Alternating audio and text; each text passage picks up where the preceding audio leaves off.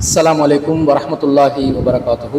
இன்னல் ஹம்துலில்லாஹ் அஸ்ஸலாத்து வஸ்ஸலாமு அலா ரசூலில்லாஹ் முஹம்மது இப்னு அப்துல்லா அம்மாபாத். அன்பிற்குரிய சகோதரர்களே, பெருநாள் தினத்தில் மாத்திரம்தான் குர்பான் கொடுக்கப்பட வேண்டும். அது அல்லாத நாட்களில் குர்பான் கொடுப்பதற்கு எந்த ஒரு ஆதாரமும் இல்லை என்ற கருத்தை அறிஞர் பிஜே அவர்கள் ஒரு ஆய்வு ரீதியாக முன்வைத்து அதனை பிரச்சாரம் செய்து வருகிறார். இந்த கருத்துக்கு குர்ஆனிலிருந்தும் ஹதீஸிலிருந்தும் ஏராளமான ஆதாரங்களை முன்வைப்பதோடு இதற்கு மாற்று கருத்து தெரிவிக்கக்கூடியவர்களுடைய வாதங்களுக்கு பதிலளித்தும் வருகிறார். அந்த வகையில ஷேக் அப்துல்லா ஜமாலி அவர்களும் பெருநாள் தினத்தில் மட்டும்தான் குர்பானி கொடுக்க வேண்டுமா என்ற தலைப்பிலே ஒரு மறுப்பு வீடியோவை வெளியிட்டிருக்கிறார். அந்த வீடியோவிலே ஷேக் அப்துல்லா ஜமாலி அவர்கள் என்னென்ன வாதங்களை முன்வைக்கிறார், அதற்கு நமது தரப்பிலிருந்து என்ன பதில்களை நாம் கூறுகிறோம் என்பதை இந்த வீடியோவினூடாக நாங்கள் பார்க்கவிருக்கிறோம். அன்பிற்குரிய சகோதரர்களே, ஷேக் அப்துல்லா ஜமாலி அவர்கள் என்ன சொல்ல வருகிறார் என்று சொன்னால், ஹாஜிமார்களுக்கு உல்ஹியா தனியாக உள்ளது, ஏனையவர்களுக்கு உல்ஹியா தனியாக உள்ளது என்று நாம் சொல்வதாகவும், அந்த கருத்து மார்க்கத்தில் ஏற்புடைய ஒரு கருத்து இல்லை என்றும், அதே போன்று அல்லாஹ் ஹஜ்ஜுக்காகத்தானே மக்களை அழைக்க சொல்கிறான், ஹஜ்ஜுக்காக அழைப்பு விடுக்கின்ற வசனத்துக்கு அடுத்ததாகத்தான் கால்நடைகளை அறுப்பதற்காக மக்கள் வருவார்கள் என்று வருகிறது, எனவே இது உல்ஹியாவைத்தான் குறிக்கிறது என்ற கருத்திலே அவருடைய வாதத்தை முன்வைக்கிறார். இப்ப என்னன்னா, இப்ப வசனத்தை வர முடியாதுல்ல, இருந்தாலும் அந்த கூட ஒரு விளக்கம் சொல்லுது, இது நம்ம உதவியா கொடுக்குறதுல இந்த ஆணி மரம் போயிருக்கிறாங்கல்ல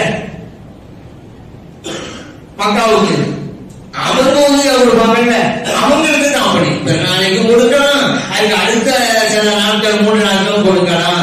அதுதான் ஐயாவும் மகளுமா சொன்னது, ஆட்சிகளுக்கு அங்கதான் நம்மை போன்றவர்கள் இருக்காங்க. ஏங்க இப்படி சொல்றீங்க? நம்ம கேட்டா அதுக்கு ஒரு விளக்கம். அல்லாஹ் இந்த வசனத்துக்கு முன்னால ஹஜ்ஜை பத்தி தான் சொல்றான். அதனால இதுவும் ஹஜ் சம்பந்தமானது வர முடியாது நமக்கு. அல்ல இதுக்கு முன்னாடி இப்ராஹிம் அலைஹிஸ்ஸலாத்துக்கு அல்லாஹ் தஆலா சொன்னான், நீங்க மக்களுக்கு அழைப்பு கொடுங்க ஹஜ்ஜுக்கு அப்படின்னு ஆரம்பிக்குது. அப்ப ஹஜ்ஜை பற்றி வரும்போதுதானே மாலுமாத்துங்கிறான். அப்ப அதுவும் ஹஜ் சம்பந்தமானது தானே. இந்த கருத்து சரியானதா என்பதை நாம் ஆய்வு செய்து பார்க்க வேண்டும். அன்பிற்குரிய சகோதரர்களே, குர்பானி என்பது பெருநாள் தினத்தில் மாத்திரமல்ல, அதற்கு அடுத்து வரக்கூடிய தஷ்ரீக்குடைய நாட்களிலும் குர்பான் கொடுக்கலாம் என்ற கருத்தை ஷேக் அப்துல்லா ஜமாலி அவர்களும் ஜமாலி அவர்களை சேர்ந்த வகைராக்களும் கூறி வருகிறார்கள். இந்த கருத்துக்கு அவர்கள் பிரதானமான வாதமாக எந்த குர்ஆன் வசனத்தை ஆதாரமாக காட்டுகிறார்கள் என்று சொன்னா, 22வது அத்தியாயமான சூரத்துல் ஹஜ்ஜிலே 27 மற்றும் 28 ஆகிய வசனங்களை தான் ஆதாரமாக காட்டுகிறார்கள். இந்த குறித்த வசனத்தில் ஜமாலி அவர்கள் சொல்வதை போன்று அல்லாஹ் தஆலா ஹஜ்ஜுக்காக மக்களை அழைத்து குர்பானியை கொடுக்க சொன்னானா, அல்லது இந்த வசனம் வேறொரு கருத்தை சொல்கிறதா என்பதை நாம் பார்க்க வேண்டும். இந்த வசனத்தை நாங்கள் சரியாக புரிந்து கொண்டால் இந்த ஏற்பட்டுள்ள கருத்து வேறுபாடுக்கு சரியான ஒரு தீர்வை காணலாம். அல்லாஹ் தஆலா திருக்குர்ஆன்ல 22வது அத்தியாயத்துல 27, 28 ஆகிய வசனங்கள்ல என்ன சொல்கிறான்? வஅத்தின் ஃபின்னாஸி பில் ஹஜ்ஜி, மக்களுக்கு ஹஜ்ஜை பற்றி அறிவிப்பீராக. யஅதூக ரிஜாலன் வஅலா குல்லி லாமிரின், அவர்கள் நடந்தவர்களாகவும் மெலிந்த ஒட்டகங்களிலும் உங்களை நோக்கி வருவார்கள். யஅதீன மின் குல்லி ஃபஜ்ஜின் அமீக், அவைகள் அவர்களை ஒவ்வொரு தொலைவிலிருந்தும் வந்து சேர்க்கும் என்று சொல்லிவிட்டு எதற்காக மக்கள் வருவார்கள் என்பதற்கு 2 காரணங்களை அல்லாஹ் முன்வைக்கின்றார். அந்த 2 காரணங்கள்ல முதலாவது காரணம் லியஷ்ஹது மனாஃபிய லஹும், மக்கள் தங்களை பயன்களை அடைந்து கொள்வதற்காகவும், வயத்குரு ஸ்மல்லாஹி ஃபீ ஐயாமின் மஅலூமாத்தின் அலா மா ரஸகஹும் மின் பஹீமத்தில் அன்ஹாமி. இந்த வசனத்துல 2 விதமான கருத்துக்கள் முன்வைக்கப்படுகிறது. முதலாவது கருத்து என்ன? ஜமாலி அவர்களும் அவரை சேர்ந்த வகைராக்களும் என்ன சொல்கிறார்கள் என்று சொன்னா, சாதுவான கால்நடைகள் மீது அல்லாஹுவின் பெயர் சொல்லி அறுப்பதற்காக வருவார்கள் என்று சொல்கிறார்கள். அறிஞர் பிஜி அவர்களும் நாமும் என்ன கருத்தை சொல்கிறோம்? அல்லாஹ் அவர்களுக்கு சாதுவான கால்நடைகளை வழங்கியதற்காக, அல்லாஹ்வை போற்றி புகழ்வதற்காக வருவார்கள் என்று சொல்கிறோம். இந்த 2 விதமான கருத்துக்கும் இடமளிக்கக்கூடிய விதத்தில் அந்த வசனம் இருக்கிறது. இப்ப இந்த இடத்துல எந்த கருத்தை நாங்கள் ஏற்றுக்கொள்வது என்பதுதான் சர்ச்சையாக இருக்கிறது. இப்போது அப்துல்லா ஜமாலி அவர்கள் சொல்லக்கூடிய கருத்தின்படி மக்களுக்கு ஹஜ்ஜுக்காக அழைப்பு விடுக்கப்படுகிறது. அவர்கள் ஹஜ்ஜுக்காக வருகிறார்கள். எதற்காக வருகிறார்கள்? பயன்களை அடைவதற்கும் அறுத்து பலியிடுவதற்கும் வருவார்கள் என்று அவர் கூறுகிறார். அந்த கருத்து பிரகாரம் எடுத்துக்கொண்டாலும் அல்லது நாம் சொல்லக்கூடிய கருத்து, மக்களுக்கு ஹஜ்ஜுக்காக அழைப்பு விடுக்கப்படுகிறது, மக்கள் ஹஜ்ஜுக்காக வருவார்கள், எதற்காக? பயன்களை அடைந்து கொள்வதற்கும் அல்லாஹ் தங்களுக்கு வழங்கிய கால்நடைகளுக்காக நன்றி செலுத்துவதற்கு, இறைவரை போற்றி புகழ்வதற்காக வருவார்கள் என்று நாம் சொல்றோமே. எந்த கருத்தை நாங்கள் எடுத்தாலும் ஹஜ்ஜுக்காக குர்பானி கொடுப்பதை பற்றி இந்த வசனம் பேசுகிறதா? இல்லவே இல்லை. ஏனென்றால் ஹஜ்ஜுக்காகத்தான் மக்களுக்கு அழைப்பு விடுக்கப்படுகிறது.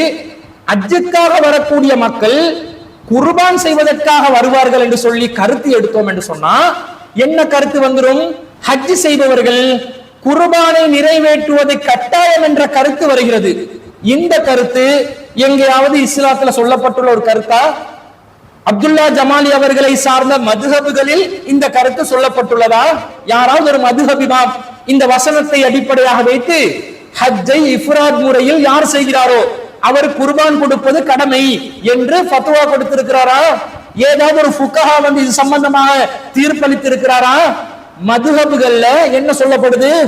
ஹஜ்ஜில கிரான் என்ற முறையிலும் தமத்தா என்ற முறையிலும் ஹஜ் செய்பவர்கள் தான் குர்பான் கொடுக்கணும் என்றுதானே சொல்லப்பட்டுள்ளது. அதற்கு மாற்றமாக இஃப்ராத் முறையில் ஹஜ் செய்தாலும் குர்பான் கொடுப்பது அவசியம் என்ற கருத்து அப்துல்லா ஜமாலி அவர்கள் ஏற்றுக்கொண்டிருக்கக்கூடிய மதுஹபுகளில் கூட சொல்லப்படாத ஒரு கருத்து.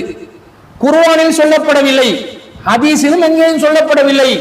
இதற்கு மாற்றமான கருத்து தான் குர்ஆன் ஹதீஸ்ல இருக்குது. அல்லாஹ் தஆலா எப்படி திருக்குர்ஆன்ல சொல்றான்? 2வது அத்தியாயத்துல 196வது வசனத்துல ஃபைதா அமின்தும் ஃபமன் தமத்தஅ பில் உம்ரதி இலல் ஹஜ்ஜி, அச்சமற்ற நிலையில் யாரு ஹஜ்ஜையும் உம்ராவையும் தமத்தோ முறையில் செய்வார்களோ ஃபமஸ்தைஸர மினல் ஹதி, அவர்கள் தங்களுக்கு இயன்ற ஒரு பலிப்பிராணியை கொடுத்து விட வேண்டும்.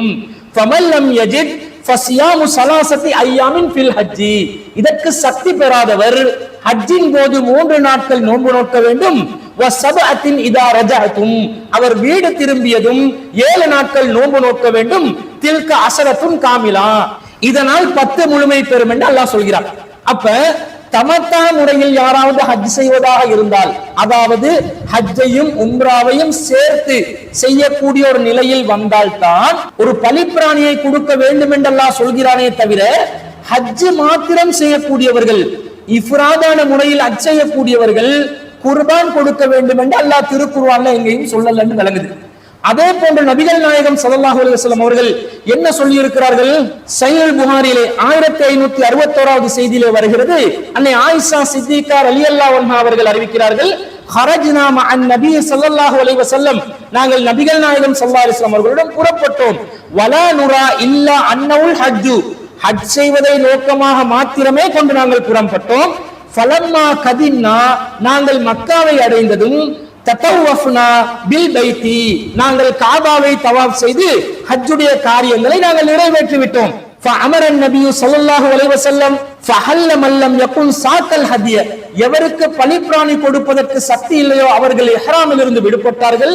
வ நிசாஉஹு லம் யசுக்ன ஃபஅஹலல்ன, நபிகள் நாயகம் ஸல்லல்லாஹு அலைஹி வஸல்லம் அவர்களுடைய மனைவிமார்களும் இஹ்ராமில் இருந்து விடுபட்டார்கள், அவர்களுக்கும் ஹதியுவாக குர்பானி கொடுப்பதற்கு பலிப்பிராணி இருக்கவில்லை என்று அந்த செய்தியில் வருகிறது. அப்ப இந்த செய்தியிலிருந்து என்ன விளங்குது?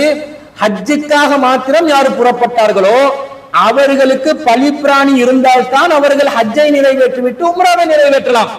அது இல்லையா, ஹஜ் மாத்திரம் தான் நிறைவேற்றுவார்களா?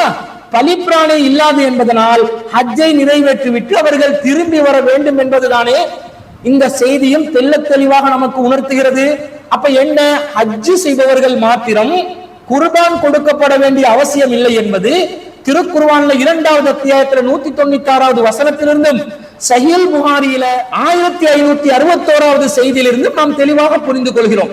இதற்கு மாற்றமாக 22வது அத்தியாயத்துல 27, 28 வசனங்களை காட்டி வயத்குருஸ்மல்லாஹி ஃபீ அய்யாமின் மஅலூமாத்தின் அலா மா ரஸகஹும் மின் பஹீமத்தில் அன்ஹாம், அல்லாஹ் தங்களுக்கு சாதுவான கால்நடைகளை தந்ததனால் அவர்கள் மீது நாங்கள் அல்லாஹ்வின் பேரை சொல்லி குர்பான் கொடுக்க வேண்டும் என்று ஹஜ்ஜோடு குர்பானை தொடர்பு படுத்தி ஹஜ் செய்பவர் குர்பானி கொடுக்க வேண்டும் என்று அப்துல்லா ஜமாலி அவர்கள் கூறுகிறீர்களே, இது உங்களுடைய மதுஹபுடைய கருத்துக்கே எதிரான கருத்து. குர்ஆன் சுன்னாவுடைய கருத்துக்கு எதிரானது என்பது தெள்ளத் தெளிவான விஷயம். நீங்கள் தான் குர்ஆன் சுன்னாவை தாண்டி வஹியை தாண்டி மதுஹபுகளையும் பின்பற்றுபவர்களாயிட்டு. அப்ப மதுஹபுகளை பின்பற்றக்கூடிய நீங்கள் உங்களுடைய மதுஹப் இமாம்களே சொல்லாத, மதுஹபுகளே ஃபத்வா கொடுக்கப்படாத, மதுஹபுகளே ஹுக்குமாக வெளியிடாத ஒன்றை நீங்களாக முன்வந்து சொல்வது எவ்வளவு பெரிய வேடிக்கையா இருக்குது தெரியுமா? ஒன்று, நீங்க என்ன சொல்ல வர்றீங்க தெரியுமா? இந்த குர்ஆன் வசனத்தின்படி நம்முடைய மதுஹப் அறிஞர்கள் ஹஜ்ஜுக்கு செல்பவர் உல்ஹியாவை நிறைவேற்ற வேண்டும் என்று சரியா விளங்கி ஃபத்வா கொடுக்கல என்று சொல்ல வர்றீங்க. அல்லது இந்த இமாம்கள் சரியா தான் சொல்லி இருக்கிறாங்க, நான் அறிஞர் பிஜி அவர்களுக்கு மறுப்பு கொடுப்பதற்காக ஏதோ பொய்ய சொல்லி சமாளித்து கொண்டிருக்கிறேன் என்று ரெண்டில் ஒன்றை தான் நீங்கள் சொல்ல வருகிறீர்கள். எதை சொன்னாலும் நீங்கள் சொல்லக்கூடிய கருத்து பாத்திலான கருத்துன்னு விளங்குதா இல்லையா? அப்ப இந்த வசனத்துல என்ன சொல்லப்படுது? ஹஜ்ஜுக்கு மக்கள் அழைப்பு கொடுத்தோன்னு மக்கள் எதுக்கு வருவாங்க? குர்பான் கொடுப்பதற்காக வருவாங்க என்று வைத்துக் கொண்டாலும் இது உல்ஹியாவை குறிக்காது என்று தெளிவாக விளங்குகிறதா இல்லையா? அப்ப எதைதான் குறிக்கும்?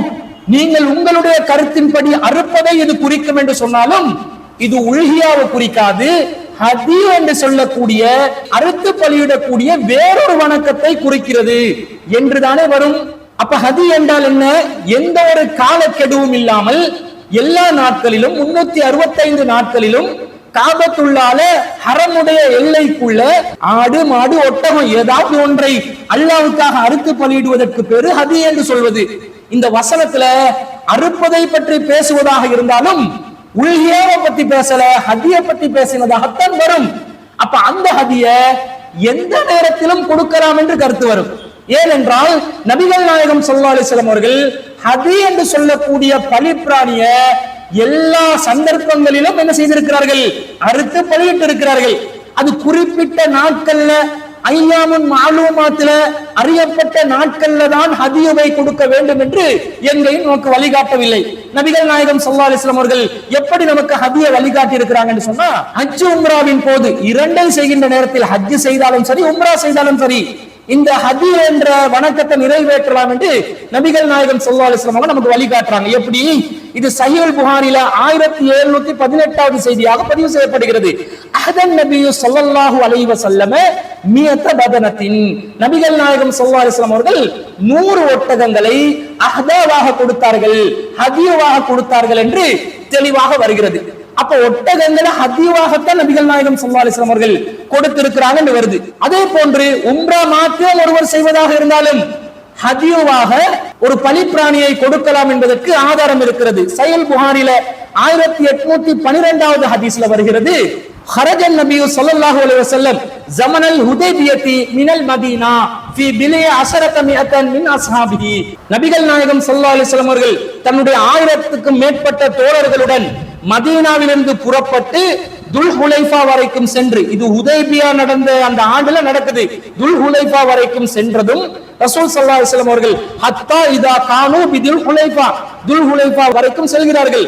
அங்கிருந்து கல்லதன் நபி ஸல்லல்லாஹு அலைஹி வஸல்லம் ஹதிய, நபிகள் நாயகம் ஸல்லல்லாஹு அலைஹி வஸல்லம் அவர்கள் தன்னுடைய ஹதிய பிராணியின் மீது களத்தின் மாலை போன்றவற்றை தொங்கவிட்டு வஅஸ்அர, அதை அடையாளப்படுத்தினார்கள், வஅஹ்ரம பில் உம்ரதி, உம்ராவுக்காக இஹ்ராம் கட்டி கொண்டார்கள் என்று வருகிறது. அப்ப இதுல இருந்து என்ன விளங்குது? ஹதியுடைய ஒரு பிராணியை உம்ரா செய்வதற்காக செல்பவர்கள் கூட கொடுக்கலாம் என்று வருது. அப்ப அதுக்கு கால நிர்ணயம் இருக்குதா? உம்ரா என்ற வணக்கம் ஹஜ்ஜுடைய காலத்துல மாத்திரம் நிறைவேற்ற ஒரு வணக்கமா, அல்லது ஐயாமுன் மாலூமாத்துல மாத்திரம் நிறைவேற்ற ஒரு வணக்கமா? எல்லா காலங்களிலும் அது செய்யலாம்.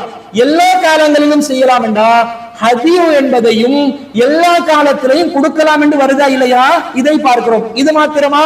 ஒருவர் உம்ராவுக்கு செல்லவில்லை, ஹஜ்ஜுக்கு செல்லவில்லை, வேறொருவர் உம்ராவுக்கும் ஹஜ்ஜுக்கும் செல்வதாக இருந்தால் அப்படி செல்பவர்களிடம் ஹதியு பிராணியை அடையாளப்படுத்தி அனுப்பி வைக்கலாம் என்றும் ஹதீஸ் ஆதாரத்தில் வருகிறது. எப்படி வருகிறது? நபிகள் நாயகம் ஸல்லல்லாஹு அலைஹி வஸல்லம் அவர்கள் ஒரு ஹதிய பிராணிய கொடுக்க நினைக்கிறாங்க. அப்ப ஆயிஷா ரலியல்லாஹு அன்ஹா அறிவிக்கிறாங்க, அன ஃபதல்து கலாயித ஹதி ரசூலுல்லாஹி ஸல்லல்லாஹு அலைஹி வஸல்லம் பியதைய, நான் நபிகள் நாயகம் ஸல்லல்லாஹு அலைஹி வஸல்லம் அவர்களுடைய ஹதிய பிராணியின் அந்த அடையாள மாலையை என் கைகளாலே நான் கோர்த்தேன்.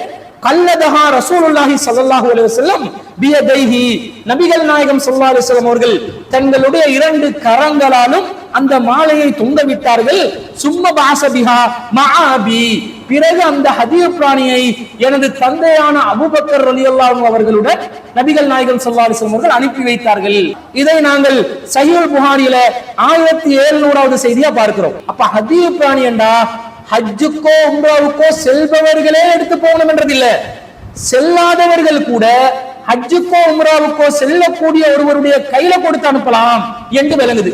அப்ப இது எல்லா காலத்திலையும் எந்த நேரத்திலையும் எப்போதும் செய்யலாம் என்ற ஒரு சிறப்பான வணக்கம் என்று விளங்குதா இல்லையா? அப்ப ஹதிய பிராணி என்பதை ஒரு குறிப்பிட்ட நாட்கள்ல அறுத்து பலியிடணும் என்றது மார்க்கத்துல சட்டம் இல்ல. நீங்க ஐயாமின் மாலூமாத் என்று சொல்றீங்களே, அந்த குறிப்பிட்ட நாட்கள்ல அறியப்பட்ட நாட்கள்ல தான் ஹதிய பிராணியை அறுக்கணும் என்றது சட்டமாகுமா? அப்படி சட்டமாகும் என்று சொன்னா அதற்கு மாற்றமாகவா ரசூல் ஸல்லல்லாஹு அலைஹி வஸல்லம் அவர்கள் செய்து காட்டியிருக்கிறார்கள், அனுமதித்து இருக்கிறார்கள், வழிகாட்டி இருக்கிறார்கள்? இல்லை என்று ஆகுகிறது. அப்படி என்று சொன்னால் ஹதி என்பதற்கு யௌமுன் நஹர் என்பதோ, அறுத்து பலியிடும் நாள் பெருநாள் தினம் என்பதோ, அல்லது ஐயாமு தஸ்ரீக் என்று சொல்லக்கூடிய துல்ஹஜ் மாதத்தின் 11வது 12வது 13வது நாட்களும் இருக்க வேண்டிய அவசியம் இல்லை என்பது தெல்ல தெளிவாக நிரூபணம் ஆகுகிறதா இல்லையா? அப்படி நிரூபணம் ஆகிவிட்டால் இந்த குறித்த வசனத்தில் ஹதியோவை பற்றியும் பேசவில்லை என்று வருகிறது. அப்ப அல்லாஹ் தஆலா என்ன சொல்கிறான்? லியஷ்ஹது மனாஃபிய லஹும், அவர்களுடைய பயன்களை அடைவதற்காகவும், வயஸ்குரு ஸ்மல்லாஹி ஃபீ ஐயாமின் மஅலூமாத்தின் அலா மா ரஸகஹும் மின் பஹீமத்தில் அன்ஹாமி, அவர்களுக்கு சாதுவான கால்நடைகளை வழங்கியதற்காக குறிப்பிட்ட நாட்களில் அல்லாஹ்வின் பேரை கூறுவதற்காக, நினைவுபடுத்துவதற்காக வருவார்கள் என்றுதான் அந்த 22வது அத்தியாயத்துல 27 28வது வசனங்கள்ல இருந்து நமக்கு கிடைக்கக்கூடிய விளக்கமா இருக்குதா இல்லையா? அப்ப இதுக்கு மாற்றமாக இல்லை இது குர்பானியை தான் குறிக்குது என்று வந்தால் ஹஜ்ஜுக்கு மாத்திரம் குர்பானி என்று வந்துவிடும். அப்படி என்றால் உள்ஹியா ஹஜ்ஜுக்காக கொடுக்க வேண்டிய ஒரு நிலை வந்துவிடும். அது மார்க்கத்தில் ஆதாரம் இல்லாத ஒரு செய்தி. அதற்கு மாற்றமான ஆதாரங்கள் இருக்கிறது. இல்லை அறுத்து பலியிடுவதை தான் இந்த வயஸ்குரு ஸ்மல்லாஹி ஃபீ ஐயாமின் மஅலூமாத் என்பது குறிக்கும் என்று சொன்னால் அது ஹதிய பிராணியை குறிக்க வேண்டும் என்று வந்துவிடும். அப்படி என்றால் ஹதிய பிராணியை குறிப்பிட்ட நாட்கள்ல மாத்திரம்தான் அறுக்க வேண்டும் என்ற ஒரு விபரீதமான கருத்து வரும். அதற்கு மாற்றமாக நபி ஸல்லல்லாஹு அலைஹி வஸல்லம் அவர்கள் எல்லா நாட்களிலும் ஹதிய பிராணியை அறுத்திருக்கிறார்கள், அனுப்பி வைத்திருக்கிறார்கள் என்று செய்திகள் வருகிறது. அப்ப இது ஹதியுவை குறிக்கவில்லை என்று சொன்னால் இது எதை குறிக்குது? குர்பானை பற்றி குறித்ததா? இல்லை. ஹஜ்ஜுடைய காலத்துல ஒவ்வொருவரும் ஹதிய பிராணிகளை அனுப்பி வைத்து அந்த மாமிசங்கள் மலைகளாக குமிந்து அல்லாஹ் தஆலா சாப்பிடுவதற்காக ரிஸ்காக அநேகமான மாமிச உணவுகளை வழங்கக்கூடிய அந்த ரிஸ்கை எல்லாம் அள்ளித்தரக்கூடிய காட்சியை பார்த்து அல்லாஹ்வை நீங்கள் நினைவுபடுத்துங்கள், அவனை போற்றி புகழுங்கள். அந்த குறிப்பிட்ட ஹஜ்ஜுடைய நாட்கள்ல அல்லாஹ் தஆலாவுக்கு நீங்க தல்பியா சொல்லுங்க, அல்லாஹ் தஆலா தக்பீர் பண்ணுங்க, பெருமைப்படுத்துங்க, அல்லாஹ் தஆலாவை அதிகம் நினையுங்கள். அல்லாஹ் உங்களுக்கு தந்த ரிஸ்குகளுக்காக அல்லாஹ்வுக்கு நன்றி செலுத்துங்க என்று சொல்லப்படுது. இதுதான் இந்த வசனத்திலிருந்து வரக்கூடிய விளக்கம். இதுக்கு மாற்றமாக நீங்க சொல்லக்கூடிய கருத்து மிகவும் அபத்தமான, ஆதாரம் இல்லாத, உங்களுடைய கருத்துக்கு எதிரான ஒரு கருத்தாக இருப்பதை இதன் மூலம் தெளிவாகுகிறதா இல்லையா? அடுத்தது பாருங்க, இந்த உல்ஹியா குர்பான் என்பது ஹஜ்ஜோடு சம்பந்தப்பட்ட ஒன்றா? உல்ஹியா என்பது எப்போது கடமையாகிறது? ஹஜ்ஜுக்கு முன்பு கடமையாகிறதா, ஹஜ்ஜுக்கு பின்பு கடமையாகிறதா? உல்ஹியா என்பது தெல்ல தெளிவாக ஹஜ்ஜுக்கு முன்பாக கடமையான உண்டு. இப்ராஹிம் நபி அலைஹிஸ்ஸலாம் அவர்கள் தன்னுடைய மகனை அறுத்து பலியிடுவதாக கனவு கண்டார்கள். யா புனைய இன்னி அராஃபில் மனாமி அன்னி அதுபஹுக, என் அருமை மகனே, உன்னை அறுத்து பலியிடுவதாக நான் கனவு கண்டேன். ஃபங்குர் மாதா தரா, நீ என்ன கருதுகிறாய் என்று நீ யோசித்து பார்த்து சொல். சொன்ன உடனே அந்த அருமை மகன் இஸ்மாயில் அலைஹிஸ்ஸலாம் அவர்கள் சொல்கிறார்கள், யா அபதி, என் தந்தையே, இஃபால் மா தூமர், உங்களுக்கு கட்டளையிடப்பட்டதை நீங்கள் செய்து முடித்து விடுங்கள்.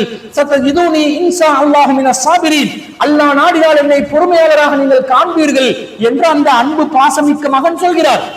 இருவரும் அல்லாஹ்வுடைய கட்டளைக்கு கீழ்ப்படிந்து தன்னுடைய மகனை அறுத்து பழிகின்ற அந்த பணிக்காக செல்கிறார்கள். அந்த நேரத்தில் அல்லாஹ் சொல்லி காட்டுறான், ஃபலம்மா அஸ்லமா, அவர்கள் இருவரும் கட்டப்பட்டு வத்தல்லஹு லில் ஜபீன், முகக்குப்புற மகனை கிடத்திய போது வனாதைனாஹு ஐயா இப்ராஹிம், நாம் அந்த இடத்திலே அழைத்தோம், இப்ராஹிமே கது சத்தத்த ருயா இன்னா கதாலிக நஜ்ஸில் முஹ்ஸினீன், நீ கனவை உண்மைப்படுத்தி விட்டாய், நாம் நல்லவர்களுக்கு இப்படிதான் கூலி வழங்குவோம்.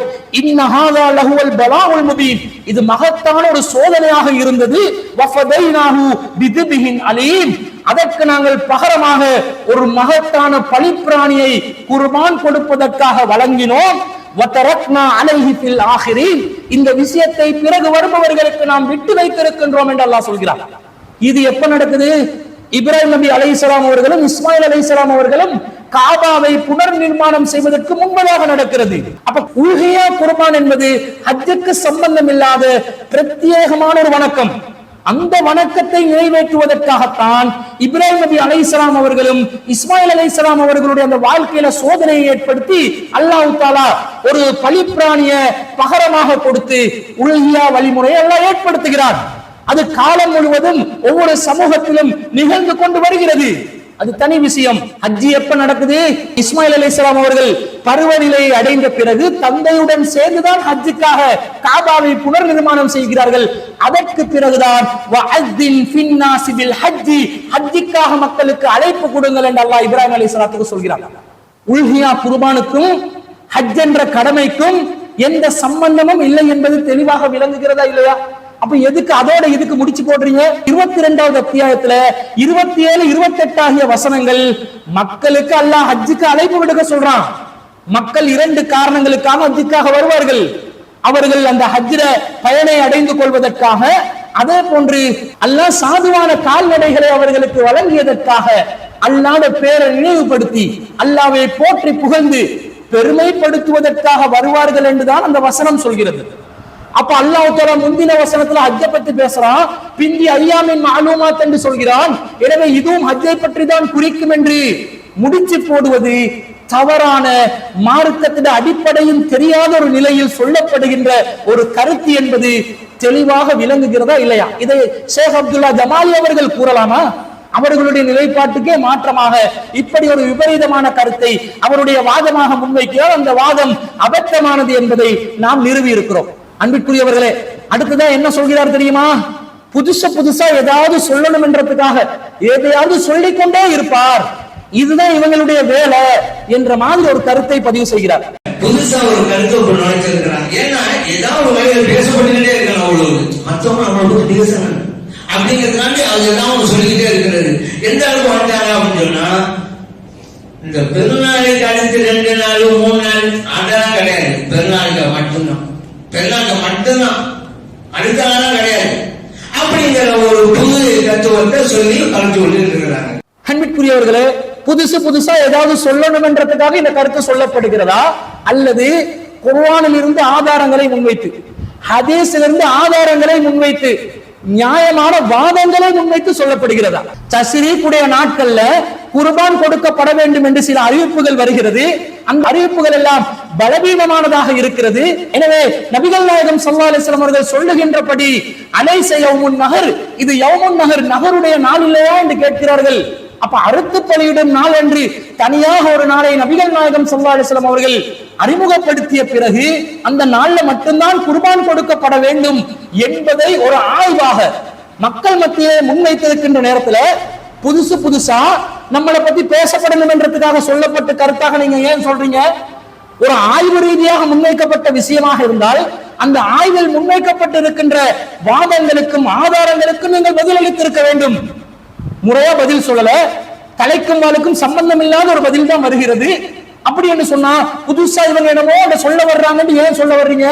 யாருமே சொல்லாத கருத்து மாதிரி ஒரு கருத்தை அறிஞர் பிஜே அவர்கள் சொல்லிவிட்டார் என்ற மாதிரி தானே நீங்க பதிவு செய்றீங்க. இந்த கருத்தை இதற்கு முன்பதாக யாருமே சொன்னதில்லையா? எந்த ஒரு அறிஞரும் இந்த கருத்தை முன்வைத்தது இல்லையா? நீங்களே அந்த காட்டு பங்களா கட்டுக்கதைக்கு முட்டு கொடுக்கிறதுக்காக ஒரு வாதத்தை முன் வச்சீங்க. என்ன முன் வச்சீங்க? இமாம் புகாரி ரஹ்மத்துல்லாஹி அலைஹி அவர்கள் அவங்க ஏதாவது ஒரு தலைப்பு போட்டாங்கண்டா, ஒரு பாப போட்டாங்கன்னு சொன்னா சும்மா போடுவாங்களா? ஆய்வு செய்து விட்டு தான் போடுவார்கள். ஆய்வின் வெளிப்பாடுதான் அவர்களுடைய தலைப்பிடுதல் என்று இமாம் புகாரி ரஹ்மத்துல்லாஹி அலைஹி அவர்கள் மிகப்பெரிய ஒரு ஆய்வாளராக நீங்கள் மக்கள் மன்றத்தில் பதிவு செய்தீர்கள். அந்த வாதத்தின்படி இமாம் புகாரி ரஹ்மத்துல்லாஹி அலைஹி அவர்களே தலைப்பிட்டு சொல்கிறார். என்ன சொல்கிறார்? பாபு மன் காலல் அல்ஹா யௌமுன் நஹ்ரி, நஹருடைய நாளில் தான் உல்ஹியா இருக்கிறது என்று யார் யாரெல்லாம் சொல்லி இருக்கிறார்கள் என்று ஒரு தலைப்பை இடுகிறார். இப்ப உங்க வாதப்படி ஆய்வாளராக இருக்கக்கூடிய இமாம் புகாரி ரஹ்மத்துல்லாஹி அலைஹி அவர்கள் தலைப்பு போட்டுட்டாங்களா இல்லையா? அப்ப எப்ப தலைப்பு போட்டாங்க? 2024 தலைப்பு போட்டாங்க. அல்லது இமாம் புகாரி ரஹ்மத்துல்லாஹி அவர்கள் நீங்க ஆய்வு செஞ்சு சொன்னதாக சொன்னீங்களே அந்த காலத்துல போட்டாரா? இப்ப புதுசா வந்த கருத்தா இது? இந்த கருத்து சொல்லப்படவே இல்லையா? அலைஸ யௌமுன் நஹர், இது நஹருடைய நாள் இல்லையா என்ற செய்தியை தலைப்புக்கு கீழே அவர் கொண்டு வருகிறார். எந்த ஹதீஸ நஹருடைய நாளில் மாத்திரம்தான் நீங்கள் குர்பான் கொடுக்க வேண்டும் என்பதற்கு நாங்கள் ஆதாரமாக முன்வைத்தோமோ அதே ஹதீஸை தான் இமாம் புகாரி ரஹ்மத்துல்லாஹி அலைஹி அவர்கள் தலைப்பு போட்டு நஹருடைய நாளில் தான் குர்பான் கொடுக்கப்பட வேண்டும் என்ற கருத்தை கூறியவர்கள் என்ற அடிப்படையில் ஹதீஸாக பதிவு செய்திருக்கிறார். என்ன அர்த்தம்? ஆரம்பத்திலிருந்து இந்த கருத்து சொல்லப்பட்ட ஒரு கருத்து என்பது இதன் மூலம் தெரிகிறதா இல்லையா?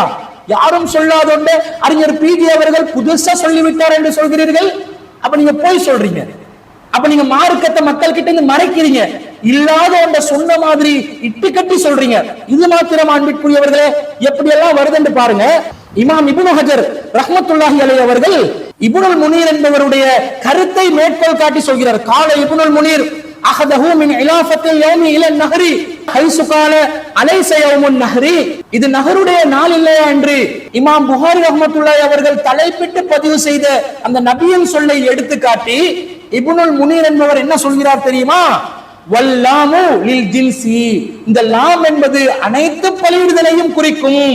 ஃபலா நஹருன் இல்லா ஃபீ தாலிகல் யௌம், இந்த நாளில் தவிர நஹர் என்பது கிடையாது என்று சொல்கிறார். அப்ப நஹருடைய நாளில் தான் குர்பான் கொடுக்கப்பட வேண்டும் என்பது இப்னுல் முனீர் என்பவர் தெல்ல தெளிவாக குறிப்பிட்டிருப்பதை இமாம் இப்னு ஹஜர் அல் அஸ்கலானி ரஹ்மத்துல்லாஹி அலைஹி அவர்கள் மேற்கோள் காட்டி சொல்லி இருக்கிறாரா இல்லையா?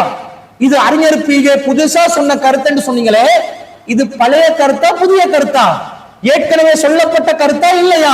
அடுத்ததாக இமாம் இப்னு ஹஜர் அவர்கள் ஃபத்வுல் பாரியில எடுத்து சொல்கிறார், குல்து வக்திசாசுன் நஹர் பில் யௌமில் ஆசிரி, 10ஆம் நாள் மட்டும்தான் நஹருடைய நாள் இருக்கிறது என்பதற்குரிய அந்த கருத்து யாரெல்லாம் சொல்றாங்க என்று சொன்னா கவுலு ஹுமைத் இப்னு அப்துர் ரஹ்மான் வ முஹம்மது இப்னு சீரீன் வ தாவூத் அல் லாஹிரி.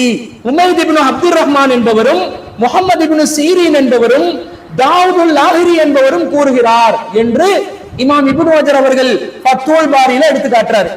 அப்ப இது புதுசா சொன்ன கருத்தா ஏற்கனவே உள்ள கருத்தா? அதே போன்று ஷரஹு சஹீல் புகாரி, சஹீல் புகாரிக்கு ஷரஹாக எழுதப்பட்ட உம்தத்துல் காரியில என்ன சொல்லப்படுகிறது? ஹாதா பாபுன் ஃபீ பயானின் மன் கால இன்னல் அல்ஹா யௌமுன் நஹ்ரி, யௌமுன் நஹ்ர்ல தான் அல்ஹா என்று அறுத்து பலியிடுற அந்த காரியம் உள்ளது என்பதை யாரெல்லாம் சொல்லியிருக்கிறார்கள் என்று சொன்னா யானி யௌமுன் வாஹிதுன், ஒரே ஒரு நாள்ல தான் அந்த அறுத்து பலியிடுதல் இருக்கிறது என்ற கருத்து. யௌமுன் நஹரி, அது யௌமுன் நஹர் என்ற நாள் தான் என்ற கருத்து யாரெல்லாம் சொல்லி இருக்கிறாங்கன்னு சொன்னா வஹுவ கவுல் இப்னு சீரீன், இப்னு சீரீனுடைய கூற்றாக இருக்கிறது. வஹகாஹு இப்னு ஹஸ்மின் அன் ஹுமைத் இப்னு அப்துர் ரஹ்மான், ஹுமைத் இப்னு அப்துர் ரஹ்மானுடைய அந்த கூற்றை இப்னு ஹஸ்ம் அவர்கள் எடுத்து காட்டுகிறார்கள். அன்னஹு கான லாயரன் நஹர இல்லா யௌமன் நஹரி, அறுத்து பலியிடுதல் என்பது யௌமுன் நஹர் என்ற பெருநாள் தினத்தில் மாத்திரம்தான் இருக்கிறது. வஹுவ கவுல் இப்னு அபி சுலைமான், இதுதான் இப்னு அபி சுலைமானுடைய கூற்றாகவும் இருக்கிறது என்று உம்தத்துல் காரியில சஹீஹ் புகாரிக்கு விரிவுரை எழுதப்பட்ட நூல்ல பதிவு செய்யப்பட்டிருக்கிறதா இல்லையா? அப்ப இது அறிஞர் பிஜி அவர்கள் புதுசாக சொன்ன ஒரு கருத்தா? ஏற்கனவே அறிஞர்கள் இந்த கருத்துப்படி மார்க்க ஃபத்வாக்கள் வெளியிட்டு இருக்கிறார்களா இல்லையா? இது புதுசா சொல்லப்பட்ட ஒரு விஷயம் அல்ல. ஏற்கனவே பல அறிஞர்கள் இந்த கருத்தில் சொல்லி இருக்கிறார்கள். அறிஞர்கள் சொன்னதனால நாம சொல்லல. நாம எதை அடிப்படையாக வச்சு சொல்றோம்? குர்ஆனை வைத்து சொல்கிறோம், ஹதீஸை வைத்து சொல்கிறோம், ஆய்வை சமர்ப்பிக்கின்றோம். நாம் முன்வைக்கின்ற வாதங்கள் ஆதாரங்கள் சரியானதா? இதைத்தான் நீங்கள் பார்க்க வேண்டும். அந்த வாதங்களுக்கும் ஆதாரங்களுக்கும் பதில் சொல்லுங்கள். நீங்க என்ன புதுசா சொல்றீங்க? பழசா வரலையே, புதுசா சொன்னா ஏத்துக்கொள்ள மாட்டோம் என்றா பழசா சொன்னா போய் ஏற்றுக்கொள்வீங்களா? பழசா வராத ஒன்று புதுசாவே குர்ஆன் சுன்னால இருந்து ஒருவர் ஆய்வாக முன்வைத்தால் இது குர்ஆன் சுன்னா இல்லைன்னு தூக்கி கடாசுவீங்களா? அல்லாஹ்வுடைய வசனங்கள் முன்னிறுத்தப்பட்டால், அந்த வசனத்திலிருந்து ஒரு வாதத்தை முன்வைக்கப்பட்டால், சரியான வாதமாக இருந்தால், ஹதீஸ் முன்வைக்கப்படுகிறது, சரியான வாதமாக இருக்கிறது, ஏற்றுக்கொள்ள மாட்டீங்களா? அப்ப நீங்க யாருமே சொல்லலன்றதுனால அல்லாஹ் ரசூல் சொன்ன விஷயத்தை நீங்க மறுத்துருவீங்களா? இதான் உங்களுடைய ஈமானா? நீங்கள் சிந்திக்க வேண்டும். புதுசா சொன்ன ஒரு கருத்து இல்லை என்பது தெல்ல தெளிவாக விளங்குகிறது. அடுத்ததாக அன்பிற்குரியவர்களே, ஷேக் அப்துல்லா ஜமாலி அவர்கள் என்ன சொல்கிறார் தெரியுமா? அல்லாஹ் தஆலா குர்ஆன்ல வயஸ்குரு ஸ்மல்லாஹி ஃபீ அய்யாமின் மாலூமாத், குறிப்பிட்ட நாட்கள் அல்லாஹ்வுடைய பேரை சொல்லணும் என்று அல்லாஹ் சொல்கிறான். குறிப்பிட்ட நாட்கள் என்ற ஒருமை அல்ல, பன்மை. பல நாட்கள் என்று குர்ஆன் சொல்லியிருக்கும் போது ஒரு நாள்ல தான் நீங்கள் குர்பான் கொடுக்க வேண்டும் என்று சொல்வது குர்ஆனுடைய கருத்துக்கு பொருந்தாம போகுது. அப்ப அய்யாமும் மாலூமாத் என்று சொன்னா பெருநாள் தினம் மட்டுமல்ல, அதற்கு அடுத்து வரும் நாட்களையும் குறிக்கிறது, தஸ்ரீக்குடைய நாட்களையும் குறிக்கிறது. அப்படி எடுத்தால்தான் குர்ஆனுடைய வசனத்துக்கு பொருத்தமா போகும் என்று சொல்கிறார். ஏன்னு கேட்டா இறைவன் குர்ஆன்ல சொல்றான், ஃபீ அய்யாமின் மஅலூமாத்தின் அலா மா ரஸகஹும் மின் பஹீமத்தில் அன்ஆம், குறிப்பிட்ட அறியப்பட்ட நாட்களிலே நீங்க உதவியா கொடுங்க, குர்பான் கொடுங்கன்னு வச்சிருக்கீங்க. உதயங்கிற வேணாம், இல்ல குர்பான் உதயங்கிற வார்த்தை அந்த வசனத்துல இல்ல, குர்பான் கொடுங்க. குறிப்பிட்ட நாட்கள், குறிப்பிட்ட நாட்கள் என்கிறது பன்மை. பெருநாள் அன்னைக்கு மட்டும் சொன்னா எப்படி அது ஒருமையாச்சுல? யௌமின் சொன்னாங்கல்ல, யௌமின் மஅலூமின் அறியப்பட்ட நாள் அப்படின்றாங்க. அய்யாமின் மஅலூமாத் அறியப்பட்ட நாட்கள் என்றார். நீங்க பெருநாளுக்கு மட்டும்தான் சொன்னா அப்ப குர்ஆனுடைய வசனம் சரியா பொருந்தா போயிருமே. நாட்கள் வந்ததான் பெருநாள், அதற்கு அடுத்ததுல நாட்கள், அப்பதான் அய்யாமும் மஅலூமாத்கள் அல்லாஹ் சொன்னதிலே பொருந்தும். அன்பிற்குரியவர்களே, ஃபீ அய்யாமின் மஅலூமாத் என்பது அறியப்பட்ட நாட்கள் என்பது பெருநாள் தினத்தையும் அதற்கு வரக்கூடிய தஸ்ரீக்குடைய நாட்களையும் குறிக்கும் என்பதற்கு குர்ஆனில் இருந்தும் ஹதீஸில் இருந்தும் ஏதாவது ஆதாரத்தை காட்ட முடியுமா? ஷேக் அப்துல்லா ஜமாலி அவர்களுக்கு அய்யாமின் மஅலூமாத் என்பது பெருநாள் தினத்தையும் அதற்கு அடுத்து வரக்கூடிய 3 நாட்களையும் தான் குறிக்கும் என்பதற்கு குர்ஆன்ல இருந்து ஹதீஸ்ல இருந்து எந்த ஒரு ஆதாரத்தையும் காட்ட முடியாது. அது போக அல்லாஹ் தஆலா அந்த வசனத்துல வஅஸின் ஃபின்னாஸி பில் ஹஜ்ஜி, மக்களுக்கு ஹஜ்ஜை பற்றி நீங்கள் அழைப்பு கொடுங்கள், அறிவிப்பு செய்யுங்கள் என்று அல்லாஹ் சொல்கிறார்.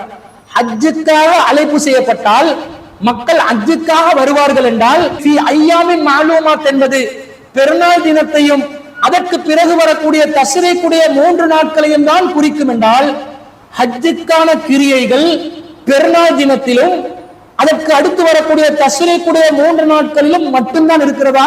ஹஜ் செய்வதற்கு தானே மக்களுக்கு அல்லாஹ் வர சொல்றான். அப்ப ஹஜ் செய்வதற்கு மக்கள் அல்லாஹ் அய்யாமும் மஅலூமாத்ல அல்லாஹ் தஆலாவுக்காக பணிபுரியணும் என்று சொன்னா, அய்யாமும் மஅலூமாத் என்பது ஹஜ் பெருநாள் தினமும் அதற்கு அடுத்து வரக்கூடிய 3 நாட்களும் மட்டும் என்று சொன்னா, அப்ப 8ஆம் நாள் ஹஜ்ஜின் கிரியைகள் இல்லையா? 9வது நாள் அரபாவில் தங்கும் அந்த கிரியை இல்லையா? இன்னும் சொல்ல போனால் நபிகள் நாயகம் ஸல்லல்லாஹு அலைஹி வஸல்லம் அவர்கள் சொல்கிறார்கள், அல் ஹஜ்ஜு அரஃபத்து, ஹஜ் என்றாலே அரஃபால தங்குறது தான் என்றாங்க. நசாயில 2966வது செய்தி, ஹஜ் என்றாலே அரஃபால தங்குறது தான் என்றாங்க. அப்ப அது துல்ஹஜ் மாசம் 9ஆம் தேதி நடக்குது. மக்களை ஹஜ்ஜுக்காக தானே அல்லாஹ் வர சொல்றான். ஹஜ்ஜுக்காக வர சொல்லிட்டு 10லையும் 11லையும் 12லையும் 13லையும் மட்டும் ஹஜ்ஜுல கிரியைகள் எல்லாம் செய்ய சொன்ன மாதிரி வசனத்தை சொல்றீங்க. அப்ப 8ல 9ல செய்த வணக்கம் எல்லாம் இல்லாம போகுது. அரஃபால தங்குறது தான் ரசூல் ஸல்லல்லாஹு அலைஹி வஸல்லம் ஹஜ்ன்றாங்களே, அதை நீங்க கழிச்சிட்டு பேசுறீங்களே. அப்ப அய்யாமுன் மஅலூமாத் என்பது அறியப்பட்ட நாட்கள் என்பது நீங்க சொல்லக்கூடிய கருத்துப்படி 10, 11, 12, 13 என்ற நாட்களை மாத்திரம் குறிக்கவில்லை. அது அல்லாமல் ஹஜ்ஜுக்குரிய கிரியைகள் எல்லாம் எப்போதெல்லாம் செய்யப்படுகிறதோ அந்த எல்லா நாட்களையும் தானே அது குறிக்கும். அல்லாஹ்வை பெருமைப்படுத்துற காரியங்கள், தல்பியா சொல்வது, அல்லாஹ்வை தக்பீர் சொல்வது, அல்லாஹ்வை புகழக்கூடியது, அல்லாஹ்வுக்கு நன்றி செலுத்தக்கூடிய காரியங்கள் எப்போதெல்லாம் ஹஜ்ஜின் கிரியைகள்ல நிறைவேறுமோ அதை எல்லாத்தையும் சேர்த்து தானே அய்யாமும் மஅலூமாத்ல அடங்கும்.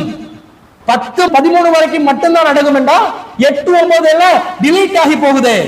அப்ப அந்த அய்யாமும் மஅலூமாத் என்றது நீங்க சொன்ன கருத்தில் சொல்லப்படவில்லை என்பது தெளிவாக விளங்குகிறது. ஏன் இந்த குழப்பமான நிலை தெரியுமா? இந்த அய்யாமும் மஅலூமாத் என்றதுக்கு ஏராளமான கருத்துக்கள் அறிஞர்கள் முன்வைத்திருக்கிறார்கள். அத்தௌலீஹ் லிஸ்ஸரஹில் ஜாமி ஸஹீஹ் என்று சொல்லக்கூடிய நூல்ல ஐயாமுல் மாலூமாத் என்றதை பத்தி என்னென்னலாம் கருத்து வந்திருக்குதுன்னு சொல்லி நிறைய செய்திகள் வருது. வக்தலஃபல் உலமாஉ ஃபீ ஐயாமில் அல்ஹா மா இஜ்மாஹி, அறிஞர்கள் மத்தியிலே அவர்கள் இந்த ஐயாமுல் அல்ஹாவை பற்றி அந்த நாளை குறித்து பலத்த கருத்து வேறுபாடு இருக்குது. இப்னு அப்துல் பர் என்பவர் அவருடைய நூல்ல இது சம்பந்தமாக பல கருத்துக்கள் பதிவிட்டு இருப்பதை மேற்கோள் காட்டுகிறார் என்று பல கருத்துக்கள் சொல்லப்படுகிறது. அதுல முதலாவது கருத்து என்ன? அஹதுஹுமா யௌமுன் நஹ்ரி வ யௌமானி பஹதஹு. முதல் கருத்து நஹருடைய பெருநாள் தினம் வ யௌமானி பஹதஹு, அதற்கு அடுத்து வரக்கூடிய 2 நாட்கள். ஐயாமின் மாலூமாத் என்று சொல்றீங்களே, அந்த ஐயாமின் மாலூமாத்துக்குள்ள தஃசீரை பாருங்க, கருத்துக்களை பாருங்க. பெருநாள் தினமும் அதற்கு அடுத்து வரக்கூடிய 2 நாட்களும் ஒரு கருத்து. இந்த கருத்துல யாரெல்லாம் இருக்கிறாங்க? கவுலு மாலிக்கின், இதுதான் மாலிக் இமாமுடைய கருத்து. அபி ஹனீஃபத, அபு ஹனீஃபாவுடைய கருத்து. அஸ்ஹாபிஹி, அவருடைய தோழர்களுடைய கருத்து. சௌரி, சௌரி என்பவருடைய கருத்து. அஹ்மத, அஹ்மதுடைய கருத்து.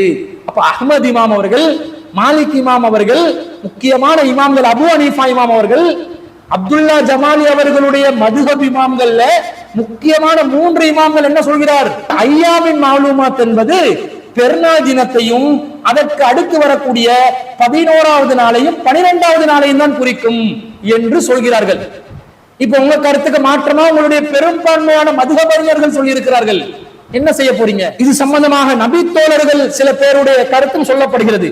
வருபிய தாலிகான் உமர் வ அலி வ இப்னு உமர் வ இப்னு அப்பாஸ் வ அபீ ஹுரைரத வ அனஸ், இதே கருத்துல அலி ரலியல்லாஹு அன்ஹு அவர்கள், இப்னு உமர் அவர்கள், இப்னு அப்பாஸ் அவர்கள், அபூ ஹுரைரா அவர்கள், அனஸ் ரலியல்லாஹு அன்ஹு அவர்கள் இருந்திருக்கிறார்கள் என்று அறிவிக்கப்பட்டிருக்கிறது. ஸக்கரஹு இப்னு கிஸ்ஸார், இப்னு கிஸ்ஸார் என்பவர் இதை குறிப்பிட்டிருக்கிறார். வ ஸக்கரஹு இப்னு வஹபின் அன் இப்னு மஸ்ஊதின், இப்னு மஸ்ஊத் அவர்கள் இந்த கருத்துல இருந்தாங்க என்று சொல்லியும் இப்னு வஹப் என்பவர் குறிப்பிடுகிறார். மேலும் இந்த கருத்துல நிறைய நபித்தோழர்கள் இருந்ததாக வருகிறது. இப்ப அலி ரலியல்லாஹு அன்ஹு அவர்கள், இப்னு உமர் ரலியல்லாஹு அன்ஹு அவர்கள், உமர் ரலியல்லாஹு அன்ஹு அவர்கள், இப்னு மஸ்ஊத் ரலியல்லாஹு அன்ஹு அவர்கள், இன்னும் பல நபித்தோழர்கள் என்ன கருத்துல இருந்திருக்கிறாங்க? ஐயாமின் மாலூமாத் என்றா பெருநாள் தினமும் அதற்கு அடுத்து வரக்கூடிய 2 நாட்களும் என்ற கருத்துல இருந்திருக்கிறாங்க. எவ்வளவு கருத்து குழப்பம் பாருங்க. அடுத்ததாக அப்துல்லா ஜமாலி அவர்கள் சொல்வதை போன்று ஐயாமின் மாலூமாத் என்பது பெருநாள் தினமும் தஸ்ரீக்குடைய நாட்களான 11, 12, 13 ஆகிய நாட்களா, அல்லது இந்த அறிஞர்கள் நபித்தோழர்கள் சொல்ற மாதிரி பெருநாள் தினமும் 11வது நாள் 12வது நாள் ஆகிய 3 தினங்களை குறிக்குமா? எந்த கருத்துக்கு வர்றது? சானிஹா, 2வது கருத்து கதாலிக வ ஜியாதத்து யௌமுன் ஆகர், இன்னொரு நாளை கூட்டுறாங்க. ஃபஸாரத் அர்பாத்துன், இப்ப 4ஆக அது விரிவடைகிறது. வஹுவ கவுலு அத்தாஇன், இது அத்தாவுடைய சொல்லாக இருக்கிறது. வ ஹஸன் பஸரி, ஹஸன் பஸரியுடைய கூற்றாக இருக்கிறது. வல் ஔஸாஇ வ ஷாஃபிஈ வ அபீ சௌரி, ஔஸாஇ, ஷாஃபிஈ, அபீ சௌரி போன்றவர்கள் இந்த கருத்துல தான் இருந்தாங்க. வ ருபிய தாலிக அன் அலியின் வ இப்னு அப்பாஸின், இப்னு அப்பாஸும் அலி ரலியல்லாஹு அன்ஹு அவர்களும் இந்த கருத்தில் தான் இருந்தார்கள் என்று. ஏற்கனவே 3 நாட்கள் இருந்தாங்க என்று வருது. மீண்டும் 4 நாட்கள் என்ற கருத்திலையும் அலி ரலியல்லாஹு அன்ஹு அவர்களும் இப்னு அப்பாஸ் ரலியல்லாஹு அன்ஹு அவர்களும் இருந்ததாக வருகிறது. இப்ப ஐயாமின் மாலூமாத் என்பது 4 நாட்கள் என்றும் கருத்து பதிவு செய்யப்பட்டிருக்கிறது. அடுத்ததாக வகால உமர் இப்னு அப்துல் அசீஸ் அல் அல்ஹா அர்பஅத்து ஐயாமின் யௌமுன் நஹ்ரி வ ஸலாஸத்து ஐயாமின் பஅதஹு, உமர் இப்னு அப்துல் அசீஸ் அவர்களும் பெருநாள் தினமும் அதற்கு அடுத்து வரக்கூடிய 3 நாட்களும் தான் யௌமுல் அல்ஹா, அறுத்து பலியிடும் நாட்கள் என்று சொன்னதாக இந்த ஐயாமின் மாலூமாத்துக்கு விளக்கமா வந்ததாக ஒரு கூற்றும் வருகிறது. இப்ப 4 நாட்கள் என்ற கருத்தும் சில பேர் சொல்லி இருக்கிறதாக வருகிறது. சாலிசுஹா, 3வது கருத்து யௌமுன் வாஹிதுன், அது ஒரே ஒரு நாள் தான். வஹுவ யௌமுன் நஹ்ரி, அது நஹருடைய நாள் தான். வஹுவ கவுல் இப்னு சீரீன், அதுதான் இப்னு சீரீனுடைய கருத்து என்று வருகிறது. ஏற்கனவே நாங்க மேற்கோள் காட்டமே, இப்னு சீரீன் அவர்கள், உமைத் இப்னு அப்துர் ரஹ்மான் அவர்கள், அதே போன்று அபீ சுலைமான் அவர்கள், இது போன்றவர்கள் எல்லாம் அது ஒரு நாள் தான் குறிக்கும் என்று சொல்லக்கூடிய கருத்தும் பதிவாகி இருக்கிறது. இது மாத்திரமா? 4வது கருத்து ராபியுஹா யௌமுன் வாஹிதுன் ஃபில் அம்சார், வேறு ஊர்கள் எல்லாம் ஒரே நாள்ல தான் ஐயாமின் மாலூமாத் வரும். வஃபி மினா ஸலாஸத்து ஐயாம், ஆனா மினால இருக்கிறவங்க, மக்கால இருக்கிறவங்களுக்கு மட்டும் 3 நாட்களை இது குறிக்கும். வஹுவ கவுலு ஸஈத் இப்னு ஜுபைர் வ ஜாபிர் இப்னு ஸைத், இந்த கூற்றுல சயீத் இப்னு ஜுபைர் என்பவரும் ஜாபிர் இப்னு ஸைத் என்பவரும் இருந்திருக்கிறார்கள் என்றும் வருகிறது. அப்ப வேற ஒரு காரணம்லாம் நீங்க பெருநாள் தினமா ஒரு தினத்தை எடுத்துக்கோங்க. ஐயாமின் மாலூமாத்துல மக்கால இருக்கிறவங்க மினால தங்குறதுனால 3 நாட்களை நீங்க எடுத்துக்கோங்க என்று ஒரு கருத்து. அடுத்ததாக காமிசுஹா 5வது கருத்து யௌமுன் நஹ்ரி, ஐயாமுன் மாலூமாத் என்பது பெருநாள் தினமும் வசித்தத்து ஐயாம் பாதஹு, பெருநாளைக்கு பிறகு வரக்கூடிய 6 நாட்களை குறிக்கும். அதாவது பெருநாள் தினமும் பிறை 11 இருந்து 16 வரைக்கும் வரக்கூடிய 6 நாட்களையும் குறிக்கும். மொத்தம் 7 நாட்கள். வஹுவ கவுலு கத்தாதா, இதுதான் கத்தாதாவுடைய சொல் என்றும் வருகிறது. சாதிசுஹா 6வது கருத்து அஸ்ரத்து ஐயாமின், இது 10 நாட்களை குறிக்கும். ஹக்காவு இப்னு தீன், இதுதான் இப்னு தீன் என்பவருடைய கூற்றாக இருக்கிறது என்று அப்படி ஒரு செய்தி வந்தவ 10 நாள் ஐயாமின் மாலூமாத்தை குறிக்கும் என்றும் செய்திகள் வருகிறது. சாபியோகா 7வது கருத்து என்ன தெரியுமா? வஹுவ அக்ரபுஹா, இதுதான் விசித்திரமான கருத்து. அன்னஹு இலா ஆகிரி யௌமின் மின் தில்ஹிஜ்ஜா, அது துல்ஹஜ் மாதத்துல இறுதி வரைக்கும் நீடிக்கும் என்றும் கருத்து வருகிறது. இந்த கருத்துல ருபி அனில் ஹசன் அல் பஸரி, ஹசன் பஸரியுடைய கருத்தாகவும் இது அறிவிக்கப்பட்டுள்ளது என்னெல்லாம் செய்திகள் வருகிறது. அப்ப இது எவ்வளவு குழப்பமா இருக்குது. பெருநாள் தினமும் அதற்கு அடுத்து வரக்கூடிய 2 நாள் என்று ஒரு கருத்து ஐயாமுன் மாலூமாத், அதே போன்று பெருநாள் தினமும் அதற்கு அடுத்து வரக்கூடிய 3 நாட்கள் என்றும் கருத்து வருகிறது. ஏனைய ஊர்கள்ல பெருநாள் தினம் மற்றும் மினால இருக்கிறவங்க மக்கால இருக்கிறவங்களுக்கு மட்டும் 3 நாளை குறிக்கும் என்றும் கருத்து வருது. இல்ல பெருநாள் தினமும் அதற்கு அடுத்து வரக்கூடிய 6 நாட்கள் குறிக்கிறது என்றும் கருத்து வருகிறது. இல்ல பெருநாள் தினத்திலிருந்து துல்ஹஜ் மாசம் இறுதி வரைக்கும் இந்த ஐயாமின் மாலூமாத் நீடிக்கிறது என்றும் கருத்து வருகிறது. அந்த கடைசி கூற்றுல அல்ஹா இலா ஹிலாலில் முஹர்ரம், அல்ஹா என்பது முஹர்ரமுடைய பிறை காணும் வரைக்கும் தொடர்கிறது என்றும் வருகிறது. இப்ப எந்த கருத்திலிருந்து நாங்க ஐயாமின் மாலூமாத்தை முடிவெடுக்கிறது? எப்படி நாங்க முடிவெடுத்தா சரியாகும்? அப்ப ஐயாமுன் மாலூமாத் என்பதற்கு ஷேக் அப்துல்லா ஜமாலி அவர்களை கூறுவதை போன்று 4 நாட்கள் மட்டும்தான் குர்பானி கொடுக்க வேண்டும் என்ற கருத்துல வரக்கூடியது அத்தாஹு, ஹசன் அல் பஸரி, அவுசாயி, சாஃபி, அபூ சௌரி, அலி ரலியல்லாஹு அன்ஹு, இப்னு அப்பாஸ் ரலியல்லாஹு அன்ஹு போன்ற ஒரு குறிப்பிட்ட சாரார் தான் வருது. பெரும்பாலானவர்கள் என்ன சொல்றாங்க? பல நாட்களை குறிக்கக்கூடிய விதத்தில் பலவிதமான கருத்துக்களை முன்வைக்கிறார்கள். சில பேர் எந்த அளவுக்கெல்லாம் சொல்லி இருக்கிறாங்கன்னு சொன்னா, கால இப்னு அப்பாஸ் ஃபி ரிவாயத்தி அத்தாயின், அத்தாவுடைய அறிவிப்புல இப்னு அப்பாஸ் அவர்கள் சொல்கிறார்கள், யுரீது ஐயாமுல் ஹஜ்ஜி, இது ஹஜ்ஜுடைய நாட்களை குறிக்கிறது. வஹிய யௌமு அரஃபதி வன் நஹ்ரி வ ஐயாமித் தஸ்ரீக், அரஃபாவுடைய நாள், பெருநாள் தினம், யௌமுன் நஹ்ரி, தஸ்ரீக்குடைய நாட்கள். அப்ப அரஃபாவையும் சேர்த்து சொன்னதாக இப்னு அப்பாஸ் ரலியல்லாஹு அன்ஹு கூற்று எல்லாம் வருகிறது. முதல் 10 நாட்களை குறிப்பதாக எல்லாம் வருகிறது. இப்படி கருத்து குழப்பமான ஒரு நிலையில ஐயாமின் மாலூமாத் என்பது இருக்கும் பொழுது அது பெருநாள் தினத்தையும் அதற்கு அடுத்து வரக்கூடிய 3 நாட்களை மாத்திரம்தான் குறிக்கும் என்பதை எந்த அடிப்படையை வைத்து ஷேக் அப்துல்லா ஜமாலி அவர்களும் அவருடைய வகைராக்களும் சொல்வீர்கள்? தெளிவான ஒரு நிலைப்பாட்டை நிலைநிறுத்துவதற்கு ஒரு ஆதாரத்தை முன்வைக்காமல் சுத்தி வளர்ச்சி கருத்து மோதல் உள்ள ஒரு செய்தியை கொண்டு வந்து இதைத்தான் அதை குறிக்கும் என்று சொல்லி நீங்கள் கருத்து தெரிவிப்பது மக்களை குழப்புவதற்காக கருத்து தெரிவிப்பதாக வருகிறதா இல்லையா? அப்ப ஃபீ ஐயாமின் மாலூமாத் என்பது அறியப்பட்ட நாட்கள் என்பது யௌமுன் நஹ்ரையும் அதற்கு அடுத்து வரக்கூடிய 3 நாட்களையும் குறிக்கிறது என்பதற்கு எந்த ஒரு உறுதியான ஆதாரமும் இல்லாத நிலையில் அந்த நாட்கள்ல தான் குர்பான் கொடுக்கப்பட வேண்டும் என்று ஷேக் அப்துல்லா ஜமாலி அவர்கள் முன்வைத்த வாதம் தெளிவாக அடிபட்டு போய்விடுகிறது. அப்ப இதிலிருந்து குர்பானி கொடுப்பதற்குரிய நாட்களாக யௌமுன் நஹர் என்ற பெருநாள் தினத்தையும் தஸ்ரீக் நாட்கள் என்று சொல்லக்கூடிய 11, 12, 13 ஆகிய நாட்களையும் எடுக்க முடியாது என்பது தெளிவாக நாங்கள் விளங்கிக் கொள்ள முடிகிறது. அடுத்ததாக ஷேக் அப்துல்லா ஜமாலி அவர்கள் என்ன சொல்கிறார் தெரியுமா? வலி குல்லி உம்மத்தின் ஜஅல்னா மன்சகன், எல்லா உம்மத்துக்கும் நாங்க குர்பானியை ஏற்படுத்தி இருக்கிறோம். எல்லா உம்மத்துக்கும் குர்பானி இருக்குது. தொடர்ச்சி அல்லாஹ் வசனத்துல சொல்கிறானா இல்லையா? 34வது வசனத்துல இந்த வசனம் வருகிறது. அப்ப எல்லா உம்மத்துக்கும் அல்லாஹ் தஆலா குர்பானியை ஏற்படுத்தி இருக்கிறானா இல்லையா என்று கேட்கிறார். சரி, அடுத்து தொடர்ந்து அல்லாஹ் பேசலாம். ஜோனி பார்க்கல வல் குது வலி குல்லி உம்மத்தின் ஜஅல்னா மன்சகன். அடுத்து நம்ம கொடுக்கிற உதவியை பத்தி அல்லாஹ் பேசலாம். ஒவ்வொரு சமூகத்தினருக்கும் உதவியா கொடுக்கிறத நம்ம மார்க்கம் ஆக்கணும். அவ்வளவு பெரிய உயர்ந்த வழக்கம் இது. உங்களுக்கு மட்டும் இல்லைங்க, முஹம்மதியா அவர்களே, உங்களுக்கு மட்டும் இல்ல, எல்லா சமூகத்திற்குமே நான் மார்க்கமாக்கினேன் அப்படின்னு அல்லாஹ் சொல்றான். அப்ப உறுதியா பத்தி சொல்லிட்டானே அல்லாஹ் ஏற்படுத்தி இருக்கிறான். நாங்க இல்லைன்னு சொன்னோமா? எல்லா உம்மத்துக்கும் அல்லாஹ் தஆலா ஒரு வழிபடும் முறையை அல்லாஹ் ஏற்படுத்தி வைத்திருக்கின்றான்.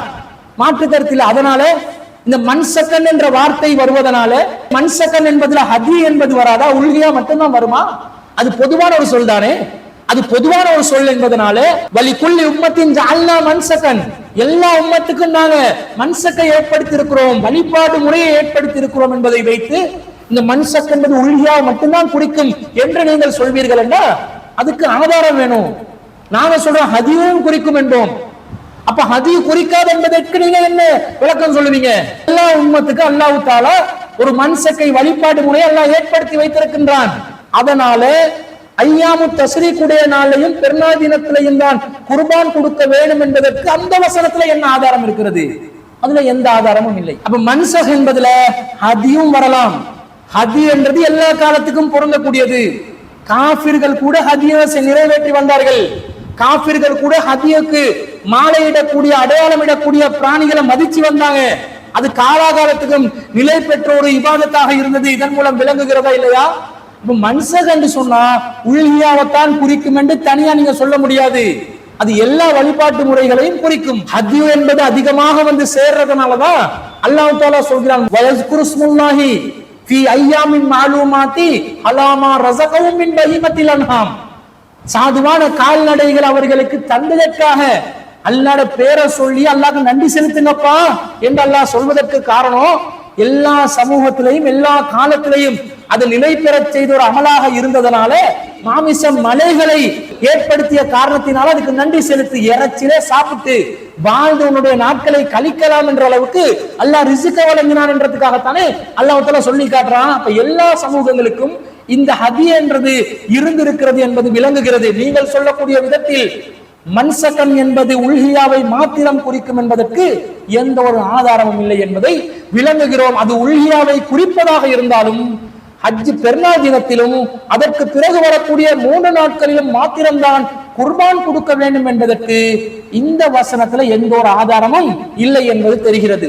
ஷேக் அப்துல்லா ஜமாலி அவர்கள் சொல்கிறார்கள், தொடர்ச்சியாக அல்லாஹ் சொல்கிறான் வல் புத்ன ஜஅல்னாஹா லக்கும் மின் ஸாயிரில்லாஹி லக்கும், பலியிடப்படும் ஒட்டகங்களை அல்லாஹ் அடையாள சின்னமாக ஆக்கி வைத்திருக்கின்றான்.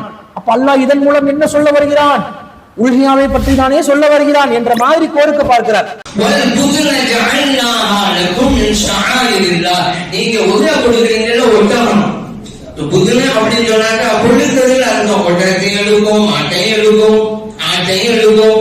அல்லாஹ் பொதுவா புதுமை இங்க பல விளக்கங்கள் இருக்கு. ஆனா அதை வெளிப்படையை பார்த்தா ஒட்டகம் தான். பதாரத்துன்னு சொன்னா ஒட்டகம் தான். சரி, எந்த அர்த்தமா இருந்தாலும் இதை இறைவனுடைய அடையாள சின்னமாக ஆக்கணுங்கிறான் அல்லாஹ்.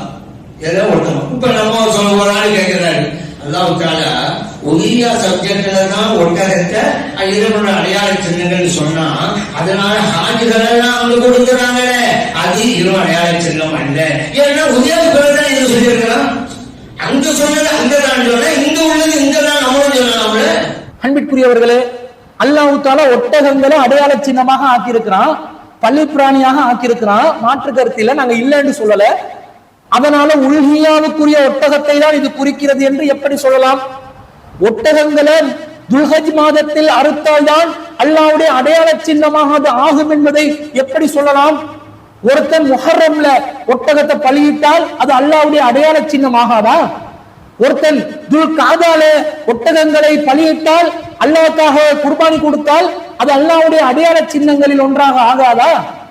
ஏன் உம்ராவுக்கு செல்லக்கூடிய ஒருவர் ஹதியுவாக ஒட்டகத்தை அல்லாஹ்வுக்காக குர்பானி கொடுத்தால் அது அல்லாஹ்வுடைய அடையாள சின்னங்களில் ஒன்றாக ஆகாதா?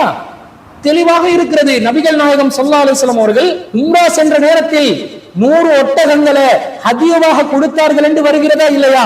அஹ்தன் நபி ஸல்லல்லாஹு அலைஹி வஸல்லம் மியத பதனத்தின், நபிகள் நாயகம் ஸல்லல்லாஹு அலைஹி வஸல்லம் அவர்கள் 100 ஒட்டகங்களை ஹதியுவாக குர்பான் கொடுத்தார்கள் என்று வருகிறது. அப்ப ஹதியுவாக ஒட்டகங்களை பலிப்பிராணியாக வைத்து அல்லாஹ்வுக்காக குர்பானி கொடுப்பது எந்த நாட்களிலும் செய்யலாம். அது துல்ஹஜ் மாதத்தில் பிறை 10லும் தஷ்ரீக்குடைய நாட்களான 11, 12, 13 மாத்திரம் செய்ய வேண்டும் என்பது எந்த ஒரு வரையறையும் அல்லாஹ்வும் ரசூலும் ஏற்படுத்தவில்லை. அப்ப அல்லாஹ்வுடைய அடையாள சின்னமான ஒட்டகங்களை தாராளமாக நீங்கள் எந்த நாட்களிலும் பலி கொடுக்கலாம். அதனால் அல்லாஹ்வுடைய புனிதத்தில் எந்த ஒரு மாற்றமும் ஏற்படுத்த போவதில்லை என்பது தெளிவாக விளங்குகிறது. இந்த வசனத்தை வச்சு 4 நாட்களிலும் குர்பான் கொடுக்கலாம் என்பது நீங்கள் எப்படி நிறுவ வருகிறீர்கள்? நீங்கள் சொல்லக்கூடிய வாதத்திற்கு, கருத்துக்கு இந்த வசனத்துல எந்த ஒரு ஆதாரமும் இல்லாமல் இருப்பதை நாங்கள் பார்க்கிறோம். மேலும் அவர் சொல்கிறார், கஸாலிக ஸஹர்னாஹ லகும் லஅல்லகும் தஷ்குரூன். அல்லாஹ் தஆலா உங்களுக்கு வசப்படுத்தி கொடுத்தான், நீங்கள் நன்றி செலுத்துவதற்காக அல்லாஹ் சொல்கிறான். ஒருவர் வந்து கேட்கிறார், அல்லாஹ் வசப்படுத்தி கொடுத்ததாக பேசுறது உல்ஹியா சப்ஜெக்ட்ல தானே, வேறு இடத்துல பேசல தானே, அதனால இது உல்ஹியாக்கு மட்டும்தான் பொருந்தும், வேற எதுக்கும் பொருந்தாது என்று வாதம் வைத்தால் நீங்கள் ஏற்றுக்கொள்வீர்களா என்று கேட்கிறார். இந்த பிராணிகளை எல்லாம் அந்த பிராணிகளை உங்களுக்கு நாம் வசப்படுத்தி கொடுத்தோம் என்ற உரிய சப்ஜெக்ட்ல. அதனால ஒரு ஆள் சொல்றாரு, நமக்கு வசப்படுத்தி தந்தது நம்ம உறுதியா கொடுக்கிற பிராணிகளை தான். இந்த ஹஜ்ஜுக்கான அனுப்பி கொடுக்கிறார்கள் அதல்ல. எங்க சொல்றீங்க? அல்ல உறுதியா சம்பந்தப்பட்ட மேற்கொள்ள தானே வசப்படுத்தி கொடுத்தோங்கிறான். இங்கெல்லாம் போட்டு அங்க போட்டாரு சொன்னா நம்ம செய்யணுமா? இது என்ன சொல்ல வருகிறார்? அல்லாஹ் வசப்படுத்தி தந்தது உல்ஹியா பிராணியை மட்டும்தான் என்று நாங்க சொன்னோமா? அல்லாஹ் எல்லா பிராணிகளையும் தான் வசப்படுத்தி கொடுத்தான். இந்த வசனத்துல அல்லாஹ் கால்நடைகளை வசப்படுத்தி கொடுத்தான் என்று வருது. நாங்க நன்றி செலுத்தணும் என்றதுக்காக. ஏற்கனவே நாங்க சொன்னோமே, அல்லாஹ் தஆலா எங்களுக்கு ரிஸ்காக சாதுவான கால்நடைகளை தந்ததற்காக அல்லாஹ்க்கு நன்றி செலுத்தணும் என்ற அந்த கருத்து தானே இந்த வசனம் இன்னும் உறுதிப்படுத்துது. இது உல்ஹியாவுக்குரிய அந்த பிராணியை வசப்படுத்தி கொடுத்தான் என்று நாங்க சொல்லவும் இல்லை, அல்லாஹ் சொல்லவும் இல்லை. அல்லாஹ் எல்லா பிராணிகளையும் சொல்கிறான். ஹதியுக்காக வரக்கூடிய பிராணியும் அல்லாஹ் வசப்படுத்தி கொடுத்ததுதான், உல்ஹியாவுக்கு தந்த பிராணியும் அல்லாஹ் வசப்படுத்தி கொடுத்ததுதான். அப்ப இது உல்ஹியாவுடைய பிராணியை மட்டும் குறிக்கும் என்று நாங்க சொல்லவில்லை. அதே போன்று இது ஹதியுடைய பிராணியையும் குறிக்கும், எல்லா பிராணிகளையும் குறிக்கும் என்றுதான் நாங்கள் சொல்கிறோம். இப்ப இதுல என்ன பஞ்சாயத்து? நாங்க சொல்லாத ஒன்றை நீங்களா கருத்தாக திணிச்சு எப்படி நீங்க கேள்வி எழுப்பலாம்? அடுத்தது நாங்க என்ன கேட்கிறோம்? சரி, அல்லாஹ் தஆலா நமக்கு வசப்படுத்தி தந்தான் என்று வருகிறது என்று வைத்துக் கொள்வோம். அது உல்ஹியா பிராணியாக இருக்கட்டும், அது ஹதியுடைய பிராணியாக இருக்கட்டும், இதை வைத்து அல்லாஹ் தஆலா நமக்கு பெருநாள் தினத்திலும் தஸ்ரீக்குடைய நாட்களிலும் தான் குர்பான் கொடுக்க வேண்டும் என்று சொன்னதாக இந்த வசனத்துல எங்க வந்துச்சு? இந்த வசனம் நீங்க மேற்கோள் காட்டுறீங்களே, உங்களுடைய வாதத்திற்கு இந்த வசனத்துல என்ன கருத்து இருக்குது? இந்த வசனம் வேற ஏதோ விஷயம் ஒன்று பேசுது. அல்லாஹ் தஆலா நமக்கு பிராணிகளை வசப்படுத்தி தந்தால் அல்லாஹ்க்கு நாங்க நன்றி செலுத்தணும். நமக்கு வந்து பிராணிகளை கட்டுப்படுத்துற சக்தி இருக்குதா? அல்லாஹ்வுடைய கட்டளையின் பிரகாரம் தான் அது வசப்பட்டு கொண்டிருக்கின்றது என்பதற்கு அல்லாஹ் நன்றி செலுத்த சொல்றான். அதுக்காக இது 10ஆம் தேதியும் தஸ்ரீக்குடைய நாட்கள் 3 நாளும் தான் குர்பான் கொடுக்கணும் என்று இந்த வசனம் சொல்வதாக நீங்க மேற்கோள் காட்ட பாக்குறீங்களே, இதுல எந்த கருத்தும் இல்லை. நீங்க சொல்லக்கூடிய வாதம் ஒரு தெளிவில்லாத, உங்களுடைய வாதத்துக்கு சம்பந்தம் இல்லாத, நாங்கள் முன்வைக்காத வாதங்களுக்கு பதில் என்ற பெயர்ல உளறி இருப்பதை இதன் மூலம் தெளிவாக விளங்குகிறது. மேலும் ஷேக் அப்துல்லா ஜமாலி அவர்கள் சொல்கிறார்கள், லை யனால் அல்லாஹ் லுஹூமுஹா வலா திமாஉஹா. நீங்கள் கொடுக்கின்ற உல்ஹியால இரத்தமோ மாமிசமோ அல்லாஹ்வை சேராது. வலாக்கின் யனாலுஹு தக்வா மின்கும். உங்களுடைய இறையச்சம் தான் சேரும் என்று அல்லாஹ் சொல்கிறான். இது நீங்க கொடுக்கிற உல்ஹியாவை குறிக்குமே தவிர ஹாஜிகள் கொடுக்கிற உல்ஹியாவை இது குறிக்காது என்று சொல்கிறார். இன்னும் தொடர்ந்து வாங்க, லை யனால் அல்லாஹ் லுஹூமுஹா வலா திமாஉஹா. தொடர்ந்து பேசணும். நீங்க உயிரை கொடுக்குறீங்களே, அதனுடைய இரத்தமோ மாமிசமோ இறைவனை போய் அடைவதில்லை. வலாக்கின் யனாலுஹு தக்வா. அது உங்களிடம் இருக்கிற அந்த தக்வா தான், இறை எச்சம் தான் அல்லாஹ்வை போய் சேருகிறது என்று அல்லாஹ் தஆலா சொல்றான். ஒரு ஆள் அங்கே வந்தாரு, அவர் என்ன சொல்றாரு, நீங்க உறுதியா கொடுக்குறீங்கல்ல, அதுதான் அல்லாஹ் போய் சேராது, தக்வா தான் போய் சேரும். ஏங்க ஆங்கிலம் அங்க கொடுக்குறான், அதுதான் ஏன் இது உறுதியா பற்றி உள்ள மேட்டர் சொல்லும் போது அல்லாஹ் அந்த வசனத்தை சொல்லி இருக்கலாம் என்று ஒருவர் சொன்னால் அது சரி என்றீர்களா இல்லையா? எப்படி நாங்க சொன்னோமா ஹாஜிகள் உல்ஹியாவை கொடுக்கணும் என்று சொல்லி நாங்க சொன்னோமா? ஹாஜிகளுக்கு குர்பான் அவசியம் என்று நாங்க சொன்னோமா? ஹாஜிகள் இஃப்ராதாக ஹஜ் செய்தால் குர்பான் கொடுத்து விட்டுதான் ஹஜ் செஞ்சு விட்டு குர்பான் கொடுக்க வேண்டும் என்ற கருத்தை நாங்கள் முன்வைத்தோமா? முன்வைக்கவில்லை. நாங்க சொல்லாத வேறு எவனோ சொன்ன ஒரு கருத்துக்கு நமக்கு பதில் சொல்லிக் கொண்டிருக்கிறார். நீங்க எந்த குர்பானியை கொடுத்தாலும் சரி, அது உல்ஹியாவாக இருக்கட்டும், ஹதியுவாக இருக்கட்டும், நீங்க நேர்ச்சை செய்து கொடுக்கக்கூடிய ஒரு குர்பானியாக இருக்கட்டும், எதுவாக இருந்தாலும் லை யனால் அல்லாஹ் லுஹூமுஹா வலா திமாஉஹா. அதனுடைய இரத்தமோ மாமிசமோ அல்லாஹ்வை அடைவதில்லை. வலாக்கின் யனாலு தக்வா மின்கும், உங்களுடைய இறையச்சம் தான் அல்லாஹ்வை அடையும் என்பது அடிப்படை. அது ஹாஜிகள் ஹஜ்ஜின் போது ஹஜ்ஜிவாக கொடுக்கக்கூடிய குர்பானியாக இருந்தாலும் சரி, ஹாஜிகள் அல்லாதவர்கள் உல்ஹியாவை கொடுக்கக்கூடிய குர்பானியாக இருந்தாலும் சரி, இறையச்சத்தின் அடிப்படையில செயல்படுகின்றதுதான் அல்லாஹ் தஆலா சொல்கிறான். இப்ப நீங்க இதை நமக்கு எடுத்து சொல்றீங்களே, நாங்க இந்த கருத்தை வாதமாகவே முன்வைக்கவில்லை. அடுத்தது, இந்த வசனத்துல பெருநாள் தினத்திலும் அதற்கு அடுத்த தஸ்ரீக்குடைய நாட்களிலும் குர்பான் கொடுக்கலாம் என்பதற்குரிய ஆதாரம் என்ன இருக்கிறது? ஒரு வசனத்தை நீங்கள் முன்வைக்கிறீர்கள்.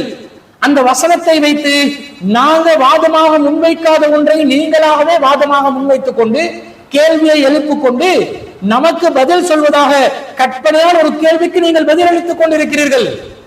அப்படியே நீங்கள் பதிலளித்தாலும் நீங்கள் சொல்லக்கூடிய முன்வைக்கக்கூடிய அந்த கேள்வியிலும் பதிலிலும் நம்முடைய வாதத்தை மறுக்கக்கூடிய ஒரு வாதமாக உங்களுடைய கேள்வி வந்து நிற்கிறா?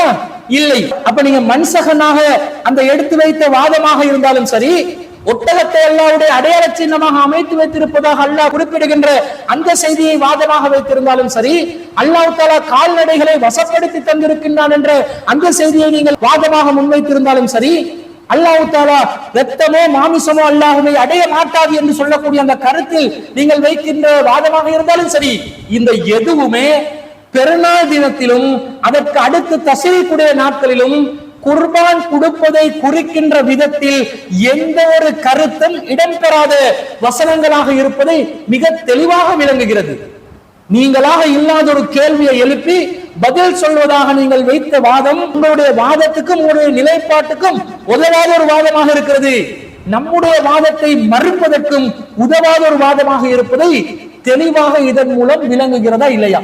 இப்ப சம்பந்தம் இல்லாமல் தலைக்கும் வாளுக்கும் முடிச்சு போட்டுக்கொண்டு தட்டு தடுமாறிக்கொண்டு முட்டி மோதிக்கொண்டு கருத்தை நிலைநிறுத்துவதாக நினைத்துக் கொண்டு உளறி கொட்டிக் கொண்டு ஷேக் அப்துல்லா ஜமாலி அவர்கள் இருப்பதை நாம் தெளிவாக இதன் மூலம் பார்க்கிறோம். அடுத்ததாக ஷேக் அப்துல்லா ஜமாலி அவர்கள் கேட்கிறார்கள். என்ன கேட்கிறார்? யௌமுன் நஹர் என்று வருகிறது. யௌமுன் நஹர் என்ற நாள் அறுத்து பலியிடும் நாள் என்று வர்றதுனால அடுத்தடுத்த நாட்கள்ல நீங்க அறுத்து பலியிடாதீங்க, 2வது நாள் அறுத்து பலியிட சொல்லி வரலதானே என்று இவர்கள் ஒரு வாதத்தை முன்வைத்து பெரிய ஒரு தத்துவத்தை பேசுறாங்க. இப்ப நாங்க ஒரு கேள்வி கேட்கிறோம் பாருங்க, இவங்களோட தத்துவம் அடிபட்டு போயிரும். என்ன கேள்வி தெரியுமா? உல்ஹியா என்று தானே வருகிறது. உல்ஹியா என்றால் என்ன அர்த்தம்? லுஹா நேரத்தில் அதை நிறைவேற்ற வேண்டும் என்று அர்த்தம். லுஹா நேரத்தில் நிறைவேற்ற வேண்டும் என்றால் பெருநாள் தினத்தில் யௌமுன் நஹ்ர்ல அறுத்து பலியிடும் நாள்ல முற்பகல் நேரத்தில் தான் குர்பான் கொடுக்க வேண்டும் என்று நீங்கள் சொல்ல வேண்டும். அதற்கு அடுத்த முற்பகல் தாண்டிய பிறகு குர்பான் கொடுக்க கூடாது என்று நீங்கள் அறிவிக்க வேண்டி வரும் என்று மிகப்பெரிய உலகமாக தத்துவம் ஒன்றை முன்வைத்து ஒரு கேள்வியாக ஒன்றை கேட்கிறார். அடுத்து பாருங்க, இப்போ இன்னொரு கேள்வி. யௌமுன் நஹர் தான 10வது நாள். யௌமுன் நஹர் அர்த்தம் அறுத்து பலியிடுற நாள். அப்ப அந்த அன்னைக்கு தான் அறுத்து பலியிடுறாங்க. 2வது நாள் யௌமுன் நஹர் தான் அப்படி இருக்குது. அந்த அன்னைக்கு தானே இருக்குது. ஒரு தத்துவம் பேசுறாங்க. அடுத்து நம்முடைய ஒரு கேள்வியிலே இது அடிபட்டு போச்சு. என்ன தெரியுமா? உதவியா தானே. உதவியாக என்ன அர்த்தம்? லுஹா நேரத்தில் நிறைவேற்றுவது. இப்ப என்ன செய்யுங்க? அப்ப அதனால யௌமுன் நஹர் பெருநாள் தினத்தன்று கூட காலையில தான் கொடுக்கணும், மாலையில கொடுக்க கூடாது. ஒரு ஆள் சொல்றாரு, ஏங்க உதவியா தானே இது பேரு? உதவியான அர்த்தம் லுஹா நேரத்தை கொடுக்கறது தானே. நீங்க சாயங்காலம் கொடுத்தா அது லுஹா நேரமா? அதனால 10 அன்னைக்கு காலையில மட்டும்தான் கொடுக்கணுங்கிறாரு. அவரும் ஒரு ஆய்வு பண்றாரு. சரியாமா? அன்புக்குரியவர்களே, இந்த உல்ஹியா என்ற வார்த்தை லுஹா என்ற வார்த்தையிலிருந்து வந்திருக்கலாம். அது நமக்கு ஒரு பஞ்சாயத்து இல்ல. லுஹா என்ற வார்த்தையிலிருந்தும் உல்ஹியா என்ற வார்த்தை வந்திருக்கலாம். ஆனா உண்மையிலே இந்த உல்ஹியா என்ற வார்த்தை எப்படி வந்திருக்கலாம் என்றதை விளங்கிக் கொள்வதற்காக இந்த லஹா என்று வரக்கூடிய வார்த்தையோட அர்த்தம் என்னன்றதை நாங்க பார்ப்போம். லஹத் தரீகு, பாதை தெளிவானது, வலஹ லஹர வெளிப்படையானது தெளிவானது என்ற கருத்து லஹா என்ற அந்த வார்த்தைக்கு இருக்குது. அதே மாதிரி லஹ பினஃப்ஸிஹி பிஅமலிஹி அவ் பிமாலிஹி தபர்ரஅ பிஹி தூன மகாபிலி, ஒருவர் எந்த பிரதிபலனையும் எதிர்பார்க்காமல் தனது செல்வத்தை, அமலை, தன்னுடைய உயிரை தியாகம் செய்வதை இந்த லஹா என்ற வார்த்தையில் குறிக்கும் என்ற அர்த்தம் இருக்கிறது. அதே போன்று லஹா பினஃப்ஸிஹி ஃபீ சபீலில் வதனி பதலஹா ஃபிதாஅன் லில் வதனி. ஒருவர் தனது நாட்டுக்காக வேண்டி தன்னை அர்ப்பணிப்பது என்ற அர்த்தமும் இந்த லஹா என்ற வார்த்தைக்கு இருக்கிறது என்று சொல்கிறார்கள். அப்ப லஹா என்ற வார்த்தை தியாகம் என்ற கருத்தில், பிரதிபலன் எதிர்பார்க்காமல் அர்ப்பணிப்பு செய்தல் என்ற கருத்திலும் இருக்கிறது. அதே போன்று வெளிச்சம், தெளிவு என்ற முற்பகலை குறிக்கக்கூடிய அந்த கருத்திலையும் வருகிறது. ஒரு வார்த்தைக்கு ரெண்டு கருத்து வந்தால் எது பொருத்தமானது என்று பார்க்கணுமா இல்லையா?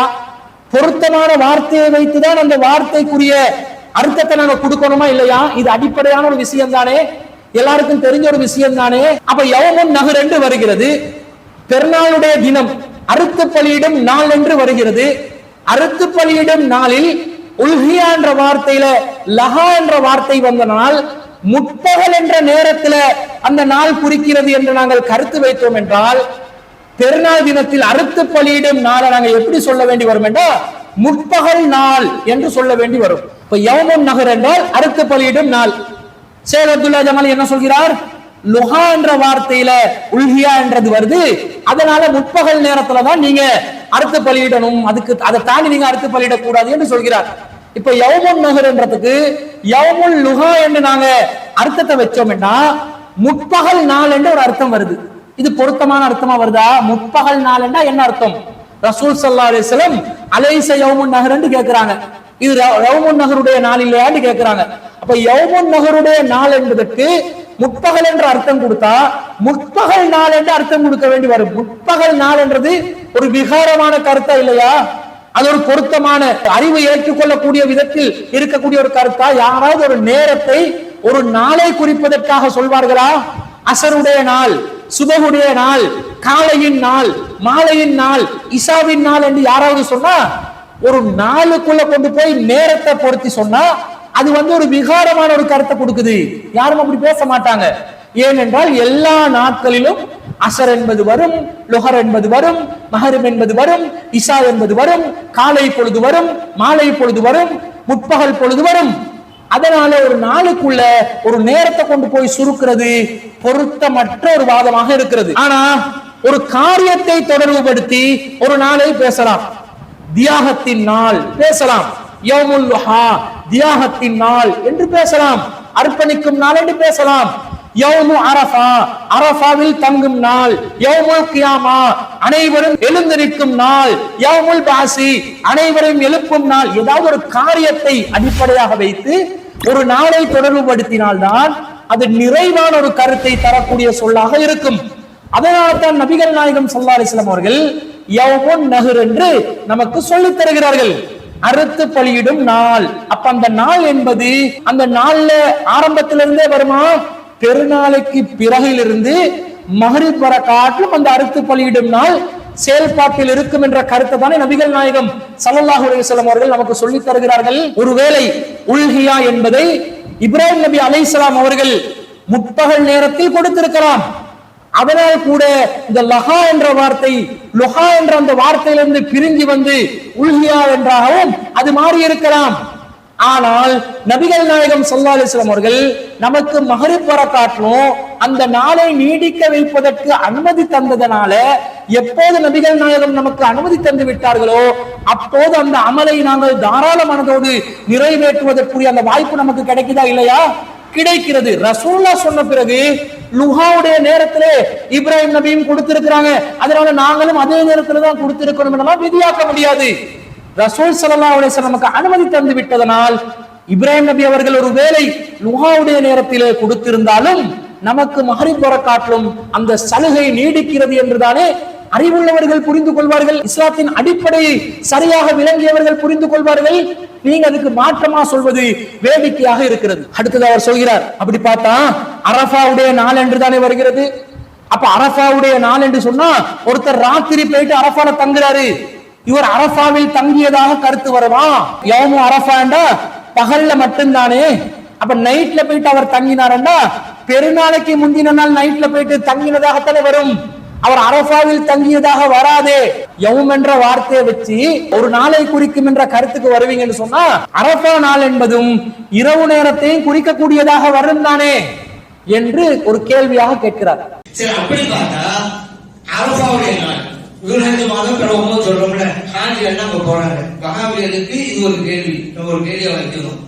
அரபா அன்னைக்கு பகல்ல தங்குவாங்க ஹாஜிகள். ஒரு ஹாஜி பகல்ல தங்கல, நைட்ல தான் போய் தங்கல. அதான் விடிஞ்சா பெருநாள் ஹஜ்ஜு கூடுமா? மகான்கள் சொல்றாங்க கூடாது அப்படின்னு சொல்லிட்டா, ஏன் கூடாதுன்னு நம்ம வேலை செய்வோம், அது ஒரு தின சப்ஜெக்ட். ஆனா கூடும் அப்படின்னு சொன்னா, இப்ப நம்ம கேட்போம்ல, யௌம அரபாங்கிறது பகல்ல மட்டும்தானே, மகரிப் ஆனவனதான் யௌம அரபா முடிஞ்சு போச்சுல. அரபா நீங்க தங்கணும்னு சொன்னா பகல்ல தங்கினாங்க, இரவு வந்து பெருநாள் நைட்டுங்க, பெருநாள் நைட்டு தங்கினாங்க, எப்படி அரபாவுடைய நாள்ல தங்கினாங்க வரும்? நம்ம கேள்வி கேட்டா என்ன வருது? அப்ப யோம நகருடைய தத்துவம் அடிபட்டு போச்சு. அன்பிற்குரியவர்களே, இவரு நாம் சொல்லக்கூடிய கருத்து என்னன்றதே சரியாக பார்க்காமல் ஒரு விஷயத்தை நாங்க முன்வைக்கிறோம், நாங்க என்ன கருத்து சொல்லுவோம் என்றதை வாசிப்பே இல்லாமல் இவர் இந்த கேள்வி எழுப்பி இருக்கிறத நாங்க பாக்குறோம். அரபாவுடைய நாள் என்றால் அது 24 மணித்தியாலத்தை தான் குறிக்கும், மாற்று கருத்து இல்ல. அரபால பிறை 9 தங்கணும் என்று இருக்குது.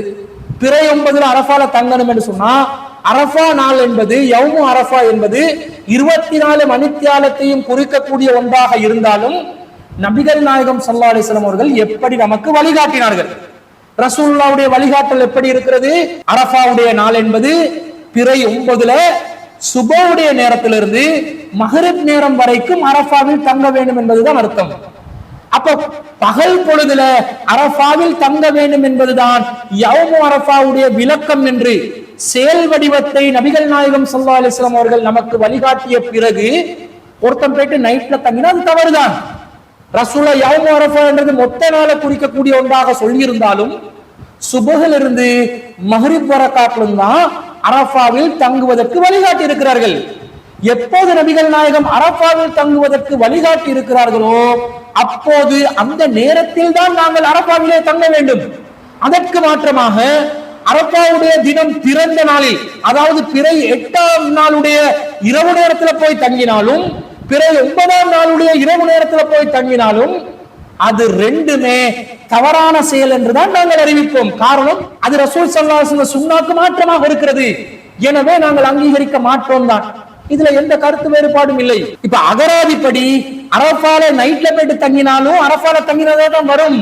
ஆனால் சுன்னாவின் படி அரஃபாவில் தங்கியது என்பது எப்படி வரும் என்றால் சுபஹிலிருந்து மக்ரிப் வரக்காட்டிலும் தங்கினால் தான் வரும் என்ற அடிப்படை இஸ்லாத்திலே எல்கேஜி நாலேஜ் ஷேக் அப்துல்லா ஜமாலி அவர்கள் இல்லாமல் கேள்வி எழுப்புகிறார்கள். அதுபோல்தான் யௌமுன் நஹரும் 24 மணித்தியாலங்களை கொண்ட ஒரு நாளாகத்தான் இருக்கிறது. ஆனால் யௌமுன் நஹர் என்பது 24 மணித்தியாலங்களை கொண்ட நாளாக இருந்தாலும் எப்போது அறுக்க வேண்டும் என்று நபிகள் நாயகம் சுன்னாவிலே வழிகாட்டி இருக்கிறார்கள். பெருநாள் தினத்தில் அறுக்க வேண்டும், இரவில் அறுக்கக்கூடாது, பகலில் அறுக்க வேண்டும். அந்த பகல் கூட பெருநாள் தொழுகைக்கு பிறகுதான் என்று நபிகள் நாயகம் ஸல்லல்லாஹு அலைஹி வஸல்லம் அவர்கள் தெளிவாக அறிவித்திருக்கிறார்களா இல்லையா? சஹீஹ் புகாரில 5560வது செய்தியில ரசூலுல்லாஹ் சொல்றாங்க, இன்றைய நாளில் நாம் முதலில் செய்வது தொழுகையாகும், பிறகு நாம் வீட்டுக்கு சென்று குர்பானி கொடுப்போம் என்று நபி ஸல்லல்லாஹு அலைஹி வஸல்லம் அவர்கள் சொல்லிவிட்டு, யார் இப்படி நடந்து கொள்வாரோ அவர் நமது வழியில் நடந்து கொண்டார், யார் தொழுவதற்கு முன் அறுத்தாரோ அவர் தன் குடும்பத்திற்காக மாமிசத்தை முற்படுத்திக் கொண்டார், அது சாதாரண ஒரு மாமிசமாக போய்விடும் என்று ரசூல் ஸல்லல்லாஹு அலைஹி வஸல்லம் சொல்றாங்க. அப்போது அபூ புர்தா இப்னு நியார் ரலியல்லாஹு அன்ஹு அவர்கள் பெருநாள் தொழுகைக்கு முன்பதாகவே குர்பானியை கொடுத்து விட்டார்கள். அவர் ரசூல் ஸல்லல்லாஹு அலைஹி வஸல்லம் வந்து, என்னிடத்தில் முஸின்னாவை விட 6 மாத குட்டி ஒன்றுதான் இருக்குது. முஸின்னா என்று சொன்னா ஆடு மாடுகள்ல 2 வயசு பூர்த்தியாக இருக்கணும், ஒட்டகம் என்றா 5 வயசு பூர்த்தியா இருக்கணும். ஆனா என்கிட்ட முஸின்னாவை விட 6 மாத ஒரு குட்டி தான் இருக்குது, நான் அதை அறுத்து பலியிடலாமான்னு கேட்கிறாங்க. நான் அவசரப்பட்டு குர்பானியை கொடுத்துட்டேன், தொழுகைக்கு முன்பதாக ஒரு ஜதுவை நான் குர்பானியாக கொடுக்க வேண்டி கேட்டதுக்கு நபி ஸல்லல்லாஹு அலைஹி வஸல்லம் அவர்கள் அவர்களுக்கு மாத்திரம் அந்த ஜதுவை குர்பானாக கொடுப்பதற்கு அனுமதி கொடுத்தார்கள். அப்ப யௌமுன் நஹருடைய தினமாக இருந்தாலும் பெருநாள் தொழுகைக்கு பிறகு மக்ரிப் நேரம் வரைக்கும் தான் குர்பானிக்கான நேரம் என்று சொல்லி நபி ஸல்லல்லாஹு அலைஹி வஸல்லம் அவர்கள் ஒரு வரையறையை ஏற்படுத்திய பிறகு அதற்கு மாற்றம் செய்வதற்கு நம்ம யாருக்கும் அதிகாரம் இல்லை. உல்ஹியா என்ற வார்த்தையை வைத்தும் மாற்றம் செய்ய முடியாது, அரஃபா நாள் என்ற மாதிரி வாதங்களை வைத்தும் மாற்றம் செய்ய முடியாது. உரிய நேரத்தில் உரிய காரியத்தை செய்யணும். இதான் ரசூலுல்லாஹ்விடம் இருந்து நாம் பெறக்கூடிய ஒரு வழிகாட்டல். இது எல்லா நாளுக்கும் தான் பொருந்தும். இப்ப ஜும்மா நாள்ல நீங்க தொழுங்கன்னு அல்லாஹ் சொல்றான், ஜும்மாவை நிறைவேற்றுங்கன்றான். ஒருத்தர் ஜும்மா நாள்ல இரவு 12 மணிக்கு போய் ஜும்மா தொலை போறேன், இது யாராவது ஏற்றுக்கொள்வாங்களா? ஜும்மா நாள்ல தொழணும் என்று சொன்னா, ஜும்மா நாள் என்பது 24 மணித்தியாலத்தை குறித்தாலும் எந்த நேரத்துல ஜும்மா தொழணும் என்று ஒரு வழிகாட்டல் இருக்குதா இல்லையா? அந்த நேரத்துல தான் ஜும்மாவை தொழணும். ஆசுரா நாளில் நோன்பு நோட்டுக் கொள்ளுங்கள் என்றா ஒருத்தர் மகரிப்ல இருந்து சுபஹ் வரை காட்ட நோன்பு நோட்டுக் கொள்ளலாமா? ஆசுரா நாள் என்பது 24 மணித்தியாலத்தில் அடங்கும். ஆனா ஆசுரா நாள்ல நோன்பு என்பது ஆசுரா நாள்ல சுபஹ்ல இருந்து மகரிப் வரைக்கும் என்று நமக்கு வழிகாட்டப்பட்ட பிரகாரம் தான் நம்முடைய அமல்களை நாம் அமைத்துக் கொள்ள வேண்டும் என்பது நாம் அனைவரும் தெளிவாக புரிந்து வைத்திருக்கிறோம். அப்படி இருக்கும் பொழுது யௌமுன் நஹர் என்றத யௌமு உல்ஹியாவா மாத்தி, அது உல்ஹியாக்குரிய நாளாக்கி, உல்ஹியா என்றால் முற்பகலுடைய நேரமாக்கி, முற்பகல் நேரத்துல மட்டும்தான் உல்ஹியா கொடுக்கணும், அப்படி கொடுப்பீங்களான்னு நீங்க கேள்வி கேட்டா இந்த இஸ்லாத்துடைய எந்த அடிப்படையும் விளங்காமலோ அல்லது விளங்கி கொண்டு மக்களை திசை திருப்புவதற்காக, ஏமாற்றுவதற்காக, மக்களுக்கு சரியான குர்ஆன் சுன்னாவுடைய தெளிவு போய் சேரக்கூடாது என்பதற்காக நீங்கள் திட்டமிட்டு செய்யக்கூடிய ஒரு பொய்யான, விகாரமான, அறிவுக்கு பொருத்தமில்லாத ஒரு வாதமாக இது இருக்கிறது என்பது தெளிவாக விளங்குகிறதா இல்லையா? நடுநிலையான மக்கள் சிந்தியுங்கள். நாங்க என்ன மாதிரி ஒரு கருத்தை சொல்றோம், எதிர்கருத்து சொல்லக்கூடியவர்கள் எப்படி உங்களை திசை திருப்பிக் கொண்டு இருக்கிறார்கள் என்பது இது போன்ற வாதங்கள் இருந்து நீங்கள் தெளிவாக புரிந்து கொள்ளலாம். அடுத்ததாக ஷேக் அப்துல்லா ஜமாலி அவர்கள் என்ன சொல்கிறார் தெரியுமா? ஐயாமு தஸ்ரீக் என்று சொன்னா மாமிசங்களை உலர்ந்து போடுற நாளு, உப்பு கண்டம் போடுற நாளு. அப்ப உப்பு கண்டம் போடுற நாள்ல மாமிசங்களை அறுக்காம எப்படிங்க நாங்க உப்பு கண்டம் போடலாம்? பிறை 11, 12, 13 தஸ்ரீக்குடைய நாள மாமிசத்தை வச்சு சாப்பிடுங்க, அது சாப்பிடுவதற்குரிய நாள், பருகுவதற்குரிய ஒரு நாள் என்று ரசூலுல்லாஹ் சொல்றாங்களா இல்லையா? அந்த சாப்பிடுவதற்கு பருகுவதற்குரிய நாள்ல தஸ்ரீக் என்ற அந்த உப்பு கண்டம் போடக்கூடிய நாளையும் அறுக்க முடியுமாக இருந்தால் தானே அந்த நாளில் உப்பு கண்டம் போடலாம், மாமிசத்தை உலர்ந்து பார்க்கலாம் என்று சொல்கிறார். இன்னொன்னு தெரியுமா? ஐயாவு தஸ்ரீக்குங்கிறோம்ல, தஸ்ரீக்குடைய நாட்கள், தஸ்ரீக்குன்னு அர்த்தம் அவங்க சொல்றீங்க, அப்படி நம்ம அடுத்தது வந்து பேசுறாங்க. தஸ்ரீக் என்றாலே இந்த மாமிசத்தை உலர்த்து போடுவாங்கல்ல, நம்ம சேனல் உப்பு கண்டம் போடுவாங்க, அந்த மாமிசத்தை காய வைக்கிறதுனால தஸ்ரீக். இல்லாட்டி அந்த நாள் ஐயாவு தஸ்ரீக் பேர் வைக்கணும். மாமிசத்தை உலர்த்துகின்ற நாட்கள், அந்த அர்த்தமே அதுதான். நீங்க உறுதியாக கொடுக்க கூடாது, அப்படி எப்படி உலர்த்துறது? அப்ப ஐயாவு தஸ்ரீக் பேர் அமைச்சாங்க, பேர் அம்மானா கொடுத்தோம், நபி ஸல்லல்லாஹு அலைஹி வஸல்லம் பேர் கொடுத்தாங்க. ஐயாமு தஷ்ரீகி குல்லஹா தபஹன் அப்படின்னாங்க. ஐயாமு தஷ்ரீகி ஐயாமு அக்லீம் வ ஷுர்ப்னாங்க. இந்த தஷ்ரீகுடைய நாள் இருக்குதுல, தஷ்ரீகுடைய நாள் சொன்னா 11, 12, 13 நம்ம தக்பீர்ல சொல்றோம்ல, அந்த நாள் தான். அது சாப்பிடுகின்ற நாட்கள், அருந்துகின்ற நாட்கள் அப்படின்னாங்க. முஸ்லிம்ல பதிவு செய்யப்பட்டாச்சு. அப்படின்னா பெருநாளை கொண்டாடுங்கிறது அர்த்தம். இப்ப 3 நாளைக்கு அடுத்து 3 நாளைக்கு அது அடுத்த நாள் நம்ம பெருநாள், அதை அறுக்கக்கூடாது. அப்ப எங்க நம்ம பெருநாள்? சகதாசம் சொல்றாங்க அது பெருநாள். நோம்புக்கு கூட தடை செஞ்சிருக்காங்க. பெருநாளைக்கு அடுத்து 3 நாள் வருது தஷ்ரீக், நோம்புக்கு வேணாங்க பெருநாள்ங்கிறதுனால. அன்பிற்குரியவர்களே, பெருநாளைக்கு அடுத்து வரக்கூடிய நாட்கள் மாமிசத்தை உலர்த்தும் நாட்கள் என்றுதான் நாங்களும் சொல்கிறோம். உப்பு கண்டம் போடுற நாட்கள் என்றுதான் நாமும் சொல்கிறோம். மாமிசத்தை உப்பு கண்டம் போடுறதா இருந்தா அதனுடைய அர்த்தம் அந்த நாள் காலையில மாமிசத்தை அறுத்து அந்த நாள்லயே உப்பு கண்டம் போடுறதா அர்த்தமா? மாமிசத்தை உலர்த்துறதா அர்த்தமா? முந்தின நாள் குர்பான் கொடுத்து அதுக்கு அடுத்த நாட்கள்ல உப்பு கண்டம் போட முடியாதா? உப்பு கண்டம் போடுற நாள் என்றதை வச்சு அந்த நாளில் அறுத்தால் தான் உப்பு கண்டம் போடலாம் என்றது நீங்க எந்த அடிப்படையில் சொல்லுவீங்க? உப்பு கண்டம் போடுறது உங்களுடைய ட்ரெஸ்ஸை காய வைக்கிற மாதிரி ஒரு வேலையா? மாமிசத்தை காய வைக்கிறது அது சாதாரண வேலையா? உங்களோட சட்டையை காய வைக்கிற மாதிரி மாமிசத்தை காய வச்சு எடுக்கலாமா? ஒரு நாள் 2 நாள்ல மாமிசம் காஞ்சிருமா? அது காய வைக்கிறதுக்கு குறைந்தபட்சம் ஒரு 3 நாளாவது தேவைப்படுமா இல்லையா? இதைத்தானே நபிகள் நாயகம் ஸல்லல்லாஹு அலைஹி வஸல்லம் அவர்கள் தஸ்ரீக்குடைய நாள் என்று சொல்கிறார்கள். அப்ப உப்பு கண்டம் போடுறதாக அந்த நாளுக்கு அர்த்தம் இருக்குதுன்னு சொன்னா அர்த்தம் இருக்கிறது. அதனால் அந்த நாளிலேயே நாங்கள் குர்பானி கொடுத்துதான் உப்பு கண்டம் போடணும் என்ற அர்த்தம் இல்லை. அதுக்கு முந்தின நாள் குர்பானியாக அறுத்த மாமிசத்தை கூட அடுத்தடுத்த நாட்கள்ல உலர்த்தலாம், காய வைக்கலாம், உப்பு கண்டம் போடலாம். அந்த நாளிலேயே அறுத்துட்டு உப்பு கண்டம் போட வேண்டிய எந்த ஒரு நிர்பந்தமும் நிபந்தனையும் தேவையும் இல்லை. அப்ப இதை வைத்து குர்பானுக்குரிய நாளாக எப்படி எல்லாம் சுத்தி வளைக்கிறாங்கன்னு பாருங்க. நேரடியாக ஒரு முக்கியமான ஒரு இபாதத்து, நேரடியாக ஆதாரங்களை முன்வைக்காம உலர்த்துறதையும் உப்புகண்டம் போடுறதையும் காய வைக்கிறதையும் எல்லாம் ஆதாரமா காட்டி, எனவே அந்த நாள் அருங்கன்னு சொன்னா இது நியாயமான ஒரு அணுகுமுறையா? இது ஒரு நியாயமான வாதமா? தஸ்ரீக்குடைய நாள்ல அறுக்கிற வேலையெல்லாம் இல்ல. நல்லா என்ஜாய் பண்ணுங்க, காய வைங்க, இறைச்ச காய வைங்க, உப்புகண்டம் போடுங்க, அதை நல்ல உங்களுக்கு தேவையான மாதிரி பதம் பார்க்க வைங்க, அந்த இறைச்சிகளை சேமிக்கிற வேலைகளை செய்யுங்க, நல்லா சாப்பிடுங்க, அந்த நாள்ல நல்ல பருகுங்க என்றுதான் நபிகள் நாயகம் ஸல்லல்லாஹு அலைஹி வஸல்லம் அவர்கள் தஸ்ரீக்கு நமக்கு விளக்கமா சொல்லி இருக்கிறாங்களே தவிர, நீங்க அந்த நாளையும் அறுத்து பலியிடணும் என்ற கருத்துல எந்த ஒரு செய்தியும் வரவில்லை என்பது தெளிவாக பார்க்கிறோம். அடுத்த ஷேக் அப்துல்லா ஜமாலி அவர்களே சொல்கிறார்கள், ஐயாமு தஸ்ரீகி ஐயாமு அக்லின் வசுர்பின். சஹீஹ் முஸ்லிம்ல ஹதீஸ் வருகிறதா இல்லையா? தஸ்ரீக்குடைய நாள் என்பது உண்ணுவதற்கும் பருகுவதற்கும் உரிய நாள். ஆமா, தாராளமாக உண்ணுங்கள், தாராளமாக பருகுங்கள். இதனை வைத்துக் கொண்டு அந்த நாளிலும் அறுக்க வேண்டும் என்பது எப்படி சொல்கிறீர்கள்? இதுதான் நம்முடைய கேள்வி. உண்ணுங்கள் பருகுங்கள், உண்ணுங்கள் பருகுங்கள் என்றா என்ன அர்த்தத்துல அந்த உண்ணுங்கள் பருகுங்கள் என்றது சொல்லப்படுது தெரியுமா? அஹ்மதில் வரக்கூடிய செய்தியில இன்னஹாதிஹி ஐயாமு அக்லின் வசுர்பின், இதோ இந்த நாட்கள் இருக்கிறது உண்ணுவதற்கும் பருகுவதற்கும் உரிய நாட்கள். ஃபலா யஸூமு அஹதுன், அந்த நாள்ல யாருமே நோன்பு வைக்காதீங்க.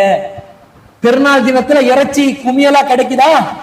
உங்களுக்கு கிலோ கணக்குல இறைச்ச எடுத்து வைக்கிறதுக்குரிய அந்த வேலைகளை செஞ்சு என்ஜாய் பண்ணுங்கன்றாங்க ரசூல் ஸல்லல்லாஹு அலைஹி வஸல்லம்.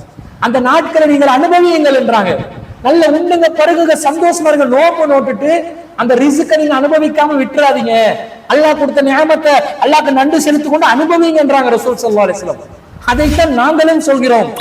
அந்த நாளே அறுக்கிற வேலையை பார்த்து அந்த நாளே நீங்க சிரமப்பட்டு கொண்டு அந்த நாளே நீங்க அந்த சந்தோஷத்தை கெடுத்துக் கொள்ளாதீங்கன்றாங்க ரசூல் ஸல்லல்லாஹு அலைஹி வஸல்லம். மாமிசங்களை உலர்த்தும் நாள் என்ற வாதத்தை வைத்து, உண்ணுவதற்கும் பருகுவதற்கும் உரிய நாள் என்ற வாதத்தை வைத்து, யௌமுன் நஹர் என்ற அறுத்து பலியிடும் நாள் என்பது பெருநாள் தினம் மாத்திரம்தான் என்பது இன்னும் உறுதியாகுகிறதே தவிர நீங்க சொல்லக்கூடிய கருத்து அது தரவே இல்லை என்பது தெளிவாக விளங்குகிறது. அடுத்ததாக ஷேக் அப்துல்லா ஜமாலி அவர்கள் கூறுகிறார்கள், ஐயாமு தஸ்ரீக பத்தி ரசூலா என்ன சொல்றாங்க?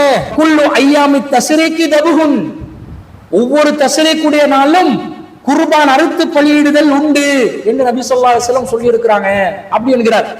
சரி, நபி ஸல்லல்லாஹு அலைஹி வஸல்லம் ஐயாமு தஸ்ரீகு குல்லுஹா தபுகுன், தஸ்ரீக்குடைய எல்லா நாட்களும் அறுத்து பலியிடுகிற நாட்கள். அமர்ல இருக்குதுல, நீங்க வாழாதீங்க, ஒரு பதில் வந்திருப்பாங்க இருக்குது. அந்த ஐபான ஹதீஸ் ரொம்ப கைவான அஞ்சதியெல்லாம் பின்பற்றது இல்ல வாழ்க்கையில அப்படின்னு நினைச்சிட்டு இருக்காங்க.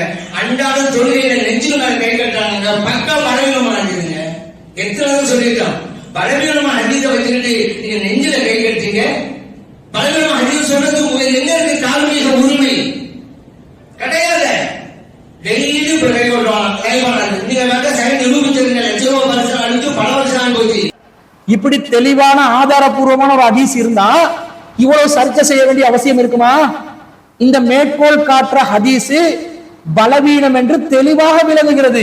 ஷேக் அப்துல்லா ஜமாலி அவர்களே அஹ்மதுல வரக்கூடிய ஹதீஸை தான் ஆதாரம் காட்டுறீங்க.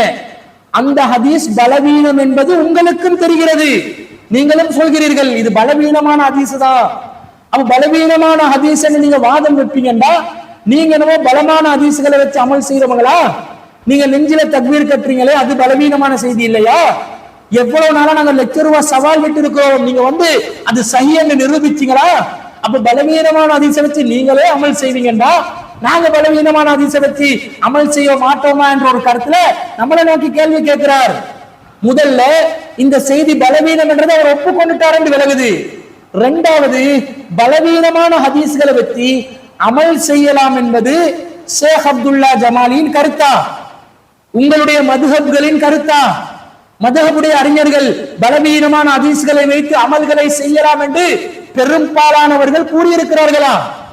ஒரு சில விரல் விட்டு எண்ணக்கூடியவர்களை தவிர மதுஹபுடைய பெரும்பாலான அறிஞர்கள் கூட பலவீனமான ஹதீஸ்களை பின்பற்ற வேணாம் என்று தானே சொல்றாங்க. நீங்க அதை வச்சு உங்களுடைய நிலைப்பாடாக அறிவிப்பதாக இருந்தால் ஹனஃபி மதுஹபுடைய கருத்து பலவீனமான ஹதீஸ்களை வைத்து அமல் செய்யலாம் என்பதற்கு நீங்க ஆதாரம் காட்டி உங்களோட மக்களுக்கு நீங்க வழங்கப்படுத்தணும். மாலிக் இமாமுடைய மதுஹபுடைய கருத்து பலவீனமான ஹதீஸ்களை வைத்து அமல் செய்யலாம். ஹம்பலி இமாமுடைய கருத்து பலவீனமான ஹதீஸ்களை வைத்து அமல் செய்யலாம். இதுதான் நம்முடைய நிலைப்பாடு என்று நீங்கள் அறிவியுங்கள். பலவீனமான ஹதீசுகளை வைத்து அமல் செய்ய முடியாது. முதல் ஜுபைர் இப்னு முத்தைம் ரலியல்லாஹு அன்ஹு அவர்கள் வழியாக இந்த செய்தி அறிவிக்கிறதா வருது. ஆனா சுலைமான் இப்னு மூசா என்பவர் ஜுபைர் இப்னு முத்தைம் என்ற நபி தோழரை சந்தித்ததே இல்லை என்பது இந்த ஹதீஸுக்குள்ள மிகப்பெரிய விமர்சனமாக இருக்கிறது. எனவே இது தொடர்பு அருந்திய ஒரு செய்தியாக இருக்கிறது. அப்ப இந்த செய்தியை வைத்து எப்படி இந்த கருத்தை நீங்க நிலைநிறுத்தலாம்? நிலைநிறுத்த முடியாது. அடுத்ததாக பலவீனமான ஹதீசுகளை வைத்து அமல் செய்வதாக இருந்தால் அது உங்களுடைய மதுஹபுடைய கருத்தும் கிடையாது. முதல்ல ஏதாவது ஒரு வாதம் செய்ய வந்தா எதை வச்சு எதிர்த்தரப்பு வாதம் செய்யறாங்கன்றதை விளங்கிட்டு வாதம் செய்யணும். நாங்க பலவீனமான ஹதீசுகளை ஏற்றுக்கொள்ள கூடாது என்றோம். இன்னும் ஒருபடி மேல போய் ஆதாரபூர்வமான ஹதீஸா இருந்தாலும் குர்ஆனுக்கு முரண்பட்டு வந்தாலும் ஏற்றுக்கொள்ள கூடாது என்ற கருத்தில் இருக்கிறோம். நம்மளை நோக்கி பலவீனமான ஹதீஸை நீங்க அமல்படுத்திக் கொண்டிருக்கிறீங்கன்னு சொன்னா நாங்க அந்த நிலைப்பாட்டில் இருக்கிறோம். பலவீனத்தை நாங்க புறக்கணிக்கிறோம். காரணம் அல்லாஹ் தஆலா குர்ஆன் நமக்கு சந்தேகமானதை விட்டு விலக சொல்கிறார். பலவீனம் என்றால் என்ன அர்த்தம்? நபிகள் நாயகம் ஸல்லல்லாஹு அலைஹி வஸல்லம் அவர்கள் இந்த செய்தியை சொன்னார்களா, செய்தார்களா, அங்கீகரித்தார்களா என்று சந்தேகம் இருக்கிறது. சந்தேகம் இருந்தாலே அந்த சந்தேகத்தை விட்டு விலகுமாறு அல்லாஹ் திருக்குர்ஆன்ல தெளிவாக கட்டளையிட்டு இருக்கிறான். வலா தக்ஃபு மா லைஸ லக பிஹி இல்முன், உனக்கு அறிவில்லாததை, சந்தேகத்துக்கு இடமானதை நீ பின்பற்றாதே என்று அல்லாஹ் நமக்கு தடுக்கின்றான். தடுக்கும் காரணத்தினால் பலவீனத்தை விட்டு நாங்கள் விலகிக் கொள்கிறோம். சந்தேகமானவற்றை விட்டு யார் விலகிக் கொள்கிறாரோ அவர் தனது மார்க்கத்தையும் மானத்தையும் காத்துக் கொண்டார் என்று நபிகள் நாயகம் ஸல்லல்லாஹு அலைஹி வஸல்லம் அவர்கள் சொல்லக்கூடிய செய்தி புகாரியிலே 52வது செய்தியாக பதிவு செய்யப்பட்டிருக்கிறது. எனவே சந்தேகத்தை விட்டு நாங்கள் விலகிக் கொள்கிறோம். பலவீனமான ஹதீஸ்களை பின்பற்றக் கூடாது என்று சொல்கிறோம். உறுதியான நம்பகம் தன்மை உள்ள செய்திகளை மாத்திரம் பின்பற்ற வேண்டும் என்று நாம் சொல்கிறோம். இதுதான் நம்முடைய நிலைப்பாடாக அறிவித்துக் கொண்டிருக்கிறோம். அந்த செய்திக்கு மாற்றமாக பலவீனமான ஹதீசுகளை பின்பற்றணும் என்ற உங்களுடைய பலவீனமான கருத்தை நமக்குள்ள எப்படி நீங்க திணிக்கலாம்? திணிக்க கூடாது. அடுத்ததாக நெஞ்சில தக்பீர் கற்ற ஹதீஸை நாங்க பலவீனம் என்று சொல்லியா பின்பற்றிக் கொண்டிருக்கிறோம்? நெஞ்சில தக்பீர் கற்ற ஹதீஸ் பலவீனமானது, ஆனாலும் நாங்கள் அதை அமல்படுத்துகிறோம் என்று சொல்லிதான் நாங்கள் அமல்படுத்துகிறோமா? நெஞ்சில் மீது தக்பீர்களை கட்ட வேண்டும் என்ற செய்தி மிக ஆதாரப்பூர்வமான ஒரு செய்தியாக நாங்கள் சொல்லிக் கொண்டிருக்கிறோம். அதற்கு பலவீனம் என்று நீங்கள் சொல்லுகின்ற எல்லா வாதங்களுக்கு நாங்கள் பதிலளித்து இருக்கின்றோம். அறிஞர் பிஜே அவர்கள் மீளாய்வு செய்த நேரத்தில் கூட நெஞ்சின் மீது தக்பீர் கட்ட வேண்டிய அந்த ஹதீஸ் மிக ஆதாரப்பூர்வமான ஹதீஸ் என்பதை ஆய்வு ரீதியாக நிரூபித்திருக்கிறார். அதுக்கு நீங்க பதில் சொன்னீங்களா? அவர் வைத்த வாதங்களுக்கு நீங்கள் மறுப்பு தெரிவித்தீர்களா? எதுவுமே தெரிவிக்காம நாங்க பலவீனமான ஹதீஸை பின்பற்றிக் கொண்டிருக்கிறோம் என்றா எப்படி பலவீனம் என்றதை நிரூபிங்க. வேறு சிலர் முன்வைத்திருக்கக்கூடிய வாதங்களுக்கு நாங்கள் வைத்திருக்கக்கூடிய மறுப்புகள் என்னவென்று பார்த்துவிட்டு உங்களுடைய பதில் அளிக்காம போற போக்குல நீங்களும் பலவீனமானதுதான் பின்பற்றீங்க. எனவே இதெல்லாம் பலவீனம் கேட்க கூடாதுன்னா அப்ப ஒரு வாதத்துக்கு நாங்க பலவீனமானதை பின்பற்றினா நீங்களும் பின்பற்றுவீங்களா? அதான் உங்களோட நிலைப்பாடா? உங்களை பொறுத்தளவுல பலவீனமான ஹதீசுகளை பின்பற்றணும் என்றதான உங்களோட வாதம். அப்ப பலவீனமான ஹதீஸை பின்பற்றுவது கூடும் என்பது உங்களுடைய கருத்தாக இருந்தா நெஞ்சில தக்பீர் கற்ற ஹதீஸ் உங்களோட பார்வையில பலவீனம் தானே, அதையும் நீங்கள் பின்பற்றுங்கள். ஏன் நெஞ்சில தக்பீர் கட்டினவங்களை நீங்க கைகளை இழுத்து போட்டு மஸ்ஜிதுகள்ல அவங்களை தாக்கினீங்க? நெஞ்சில தக்பீர் கட்டவன மிகப்பெரிய ஒரு பயங்கரமான படு பாதகமான செயலை செஞ்ச மாதிரி விசித்திரமாக ஏன் சித்தரிச்சீங்க? பள்ளி வாசல்களை நெஞ்சில தக்பீர் கட்டினவன எதுக்கு நீங்க தாக்கினீங்க? உங்க சுன்னத் ஜமாத்காரர்கள் நெஞ்சில தக்பீர் கட்டினதுக்கு எப்படி எல்லாம் கொந்தளிச்சு வந்தாங்க. உங்க பார்வையில பலவீனமான ஹதீஸையும் அமல்படுத்தலாம் என்றா நெஞ்சில தக்பீர் கட்டுவதும் பலவீனமான ஹதீஸ் என்று உங்கள் வாதப்படி அது பலவீனம் என்று இருந்தால் நீங்க தாராளமா உங்க மக்களுக்கு நெஞ்சில தக்பீர் கட்ட சொல்லி அறிவித்திருக்க வேண்டுமா இல்லையா? அப்ப உங்களுக்கே விலகுது, உங்களோட மனசாட்சியே சொல்லுது இது பொய்யன்னு நாங்க சொல்றோம். பலவீனமான ஹதீஸ்களை பின்பற்ற கூடாது என்பதுதான் நம்முடைய மனசு சொல்லுது. அதுதான் நியாயமானது. நபி சொன்னதா இல்லையாண்டு சந்தேகமாக வரக்கூடியவன நாங்க பின்பற்ற கூடாதுதான். என்றாலும் ஒரு வாதத்திலிருந்து நாங்க தப்பித்துக் கொள்வதற்காக, நம்ம மக்களை தக்க வைத்துக் கொள்வதற்காக, நம்ம கூடாரங்களை பாதுகாத்துக் கொள்வதற்காக பொய்யாக கூட நாங்க என்ன சொல்லுவோம்? பலவீனமான ஹதீசுகளை பின்பற்றலாம் என்ற கருத்தை சொல்வோம் என்பதுதான் உங்களுடைய கருத்தாக இருக்கிறது என்பது இதன் மூலம் தெளிவாகிறதா இல்லையா? நீங்க சவால் விட்டதா சொல்றீங்க, நெஞ்சில தக்பீர் கட்டுறது சஹி என்று நிரூபிங்க. நாங்க எத்தனை வருஷ காலமா அது சஹி என்று நிரூபித்து ஆய்வு கட்டுரைகளை வெளியிட்டு இருக்கிறோம். அறிஞர் பிஜே அவர்கள் பல வருடங்களுக்கு முன்பதாகவே அந்த செய்திக்கு எதிராக வந்த எல்லா வாதங்களுக்கும் பதிலளித்து விட்டு ஆய்வுகளை முன்வைத்திருக்கிறார். நீங்க அதை பார்க்காம சவால் விட்டு கொண்டிருக்கிறோம். இதுவரைக்கும் யாரும் பதில் சொல்லலையா? உங்களோட லட்சங்கள் எல்லாம் நமக்கு தேவையில்லை, ஆனால் ஆய்வு ரீதியாக பதில் சொல்லப்பட்டு விட்டது. சொல்றது ஒன்றும் பார்க்கறல. எதிர்த்தரப்புல இருந்து ஒரு கருத்தை மார்க்கம் என்று சொல்றோம், என்ன சொல்றாங்கன்றது கேட்கறல்ல. சகட்டு மேனிக்கு எதிர்க்கணும் என்றதுக்காக கண்டதையும் சொல்லி போறது மட்டும்தான் உங்களுடைய வேலைகள் என்பது தெளிவாக இதன் மூலம் நீங்கள் நிரூபித்துக் கொண்டிருக்கிறீர்கள். அன்பிற்குரியவர்களே, ஷேக் அப்துல்லா ஜமாலி அவர்கள் ஒரு வாதத்தை முன்வைக்கிறார். ரொம்ப ஆச்சரியமா இருக்குது. இப்படி எல்லாம் வாதம் செய்வாங்களான். என்ன சொல்றாரு தெரியுமா? அல்லாஹ் அந்த குர்ஆன் வசனத்துல என்ன சொல்கிறான்? தூக்க உம்மிடம் வருவார்கள், ரிஜாலன் நடந்து வருவார்கள், வாலா குல்லில் வாமிரின் மெலிந்த ஒட்டகங்களில் மீதும் வருவார்கள், யதீன மின் குல்லி ஃபஜ்ஜின் அமீக் ரொம்ப தொலைவில் இருந்தும் ஒவ்வொரு பகுதியிலிருந்தும் அவைகள் அவர்களை கொண்டு வந்து சேர்க்கும் என்று அல்லாஹ் சொல்கிறான். நீங்க குர்ஆன் வசனத்தை வச்சே விளக்கம் சொல்றதாக இருந்தா, ஒரு குர்ஆன் வசனத்தை வச்சு அப்படியே நீங்க விளங்குறதா இருந்தா, இதையும் அல்லாஹ் சொல்லிட்டான், நீங்க ஹஜ்ஜுக்கு நடந்து போங்க அப்படி என்றார். தொடர்ந்து வாங்க, அதையும் தொடர்ந்து வரணும்ல. அவங்க கேட்ட மாதிரி பொருந்ததாங்க நம்மளும் பார்க்கணும்ல. ஆனா ஹஜ்ஜுக்கு பொருந்தது அல்லாஹ் சொல்லிவிட்டா அது நமக்கும் அவங்களுக்கு மட்டும்தான், நமக்கு இல்லை அப்படிங்கிறாங்களே. அங்கேயும் உடம்பட்டு போகுது. ஏன் தெரியுமா? இப்ராஹிம் அலைஹிஸ்ஸலாம் பார்த்து அல்லாஹ் சொன்னான், மக்களை கூப்பிடுங்க அப்படின்னு. அதுக்கு அடுத்து அல்லாஹ் சொன்னா, நீங்க கூப்பிட்டீங்களாக்கா யோசிச்சுக்க ரிஜாலன் அவங்க எல்லாம் வருவாங்க, நீங்க ஹஜ்ஜி செய்து வருவாங்க, நடந்து வருவாங்க.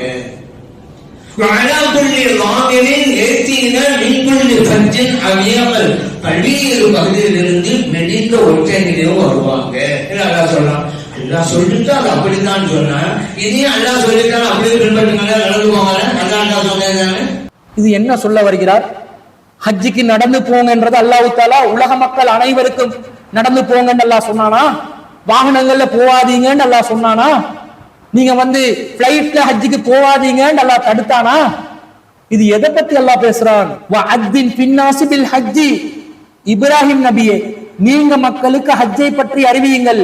யதூக உங்களை நோக்கி மக்கள் வருவார்கள், ரிஜாலன் நடந்து வருவார்கள், வஅலா குல்லி லாமிரின் ஒவ்வொரு மெலிந்த ஒட்டகத்தின் மீதும் உங்களிடம் வருவார்கள். அப்ப இப்ராஹிம் நபி அவர்களுடைய காலத்துல ஹஜ்ஜுக்கு அறிவிப்பு செய்கின்ற நேரத்துல இப்ராஹிம் நபியுடைய காலத்து மக்கள் நடந்தும் ஒட்டகத்தின் மீதும் வருவார்கள் என்று அல்லாஹ் சொல்கிறார். இது கியாமத் நாள் வரைக்கும் உள்ள மக்கள் நடந்துதான் வரணும், ஒட்டகத்துலதான் வரணும் என்று அல்லாஹ் நிபந்தனை போட்ட மாதிரி மாத்தி சொல்றீங்க. அல்லாஹ் தஆலா ஆதத்தை இபாதத்தை பிரிச்சு வைக்கலையா? இபாதத் சார்ந்த விஷயத்துலதான் எந்த மாற்றமும் கியாமத் நாள் வரைக்கும் யாருக்கும் நிகழ்த்த முடியாது. உலக விவகாரமா இருந்தா, ஆதத்தான ஒரு விஷயமா இருந்தா அதுல மாற்றங்களை இஸ்லாம் நமக்கு அனுமதித்து இருக்கிறது. மாற்றங்கள் செய்வதற்கு இஸ்லாம் தாராளமாக நமக்கு இடம் தந்திருக்கிறது. இந்த அடிப்படை அறிவு கூட இல்லாமலா நீங்கள் உங்களை மிகப்பெரிய ஒரு ஆய்வாளராக, மிகப்பெரிய சுன்னத் ஜமாத்ல ஒரு அறிவாளியாக, ஒரு அறிஞராக உங்களை புகழ்ந்து கொண்டு பீத்து பிதட்டிக் கொண்டு இருக்கிறீர்கள். அல்லாஹ் தஆலா திருக்குர்ஆன்ல 16வது அத்தியாயத்துல 8வது வசனத்துல என்ன சொல்றான்? வல் கைல வல் பிகால வல் ஹமீர லிதர்கபூஹா வஸீனத்தன்.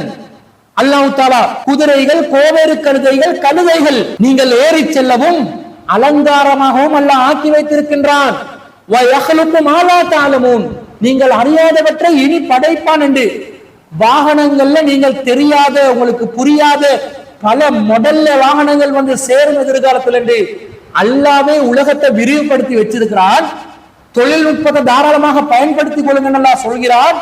ஹஜ்ஜுக்கு போறதா இந்த காலத்துல நடந்து போக சொல்லி அப்துல்லா ஜமாலி சொல்றீங்களே, இப்ராஹிம் நபியோட காலத்துல சொன்ன ஒரு விஷயத்தை கியாமத் நாள் நெருங்கக்கூடிய ஒரு சமூகமாக இருக்கக்கூடிய, தொழில்நுட்பத்திலும் அறிவியலும் உச்சத்தை தொட்டிருக்கக்கூடிய, சிகரத்தை அடைந்திருக்கக்கூடிய ஒரு சமூகத்தில் உள்ளவர்களும் இன்னும் நடந்து போகின்ற அல்லாஹ் விதியாக்கின மாதிரி மாத்தி உல்டாவாக சொல்றீங்களே, அல்லாஹ்வுடைய குர்ஆன் வசனத்துக்கு மாற்றமாக பேசுறீங்களே, மக்களை எந்த அளவுக்கு நீங்க வழிகேட்டை நோக்கி அழைத்து செல்கிறீர்கள் என்பது இதன் மூலம் தெரிகிறதா இல்லையா?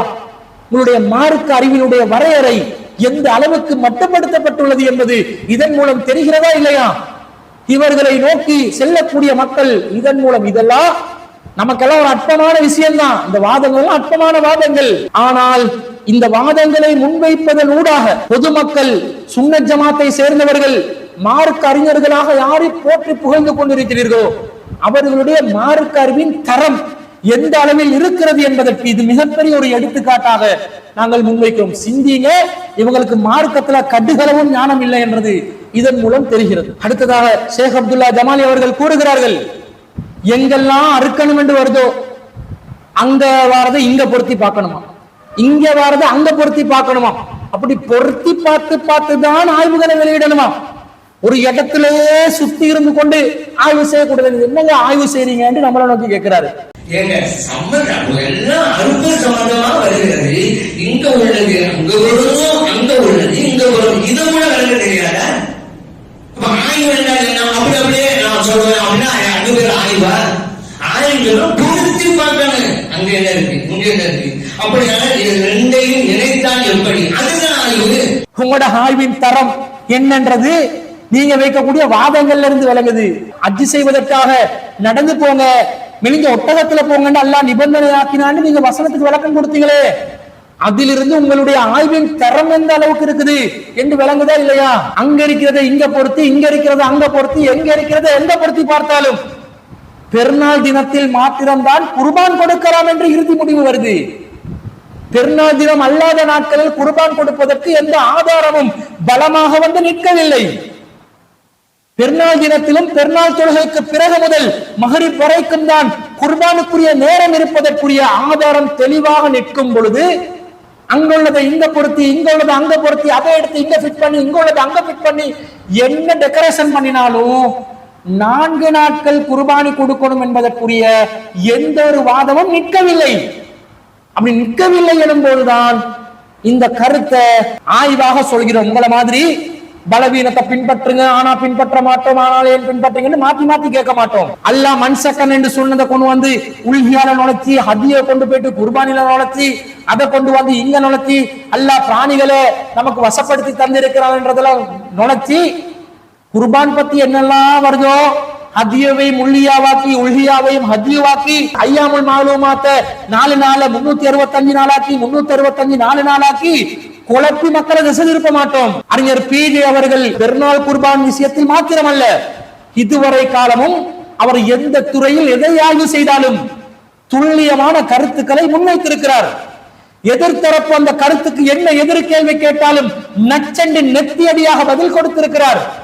எதிர்த்தரப்பினுடைய வாதங்கள் அடிப்பட்டு சுக்குநூறாகுகின்ற வாதங்களை அடுக்கடுக்காக முன்வைத்து தனது நிலைப்பாட்டை குர்ஆன் சுன்னாவில் இருந்து எடுத்து மிக ஆணித்தரமாக நிறுவக்கூடிய ஆய்வுகளை தான் அறிஞர் பிஜே அவர்கள் முன்வைத்திருக்கிறார். உங்களை போல ஒரே ஷாட்ல யோக்கரண்டு போட்ட உடனே விக்கெட் அவுட் ஆகி போற அளவுக்கு ஆய்வுகளை அறிஞர் பிஜே அவர்கள் ஒருபோது முன்வைத்ததில்லை. அவருடைய ஆய்வுல தப்பு இருந்தால் நியாயமான வாதங்களை முன்வைத்து கேள்வி கேட்டால் மாற்றியும் இருக்கிறார். ஆனால் முன்வைக்கக்கூடிய ஆய்வுகள் குர்ஆன் சுன்னாவுக்கு மிக நெருக்கமான ஆய்வுகளாக, மிக துல்லியமான ஆய்வுகளாகத்தான் இதுவரை காலமும் அவர் முன்வைத்து வருகிறார். சமூக மன்றத்தில் மனிதர் என்ற வகையில் அவருக்கும் தவறு நிகழலாம். ஆனால் அவர் அந்த ஆய்வுகள் வைக்கும் போது பலமான வாதங்களுடன் முன்வைத்திருப்பதை அவர்களுடைய ஆய்வுகளை பற்றி தெரிந்தவர்களுக்கு தெரியும். உங்களை போன்றவர்கள் காழ்ப்புணர்வால் இவரெல்லாம் ஆய்வா செய்கிறார் என்று விமர்சித்ததனால் அவர் ஆய்வாளர் இல்லை என்று ஆக மாட்டார். அல்லாஹ்வுடைய அருளால் இந்த 21ஆம் நூற்றாண்டில் அரபு உலகத்தை தாண்டிய ஒரு மிகப்பெரிய ஆய்வாளராக குர்ஆன் சுன்னாவை எடுத்துரைக்கக்கூடிய, தனது கருத்தில் அசையாது விட்டு கொடுக்காது பலமான கருத்துக்களை முன்வைக்கக்கூடிய ஒரு ஆய்வாளராக நாங்கள் அவரை பார்க்கிறோம். நீங்களும் பார்க்கிறீர்கள், உங்களுக்கும் அது தெரியும். ஆனால் உங்களுக்கு இந்த வாதத்திலிருந்து மூலம் நழுவி செல்ல வேண்டும், பொய்யான கருத்தை சொல்லியாவது மக்களை தக்க வைத்துக் கொள்ள வேண்டும் என்பதற்காக அவர் ஆய்வாளர் இல்லாத மாதிரி காட்ட பார்க்கிறீங்களே தவிர அல்லாஹ்வுடைய அருளால அவர் மிகப்பெரிய தரமான ஆய்வுகளை தான் இந்த சமூகத்தில் இதுவரை காலமும் முன்வைத்திருப்பதை ஏகத்துவ மக்கள், இந்த குர்ஆன் சுன்னாவை நேசிக்கின்ற மக்கள், வஹியை மாத்திரம் பின்பற்ற வேண்டும் என்ற மக்கள், உலக லாபம், உலக ஆதாயம், பதவி, அந்தஸ்து, உலக மோகம் இல்லாத அல்லாஹ்வுக்காக இதயச்சத்தோட மார்க்கத்தை மாத்திரம் தேடி படிக்கக்கூடியவர்கள் அவருடைய ஆய்வுகளில் உள்ள சத்தியங்களை விளங்கிக் கொண்டுதான் இருக்கிறார்கள். எனவே நீங்க சொல்லி அவர் ஆய்வாளர் இல்லை என்று ஆக மாட்டார்.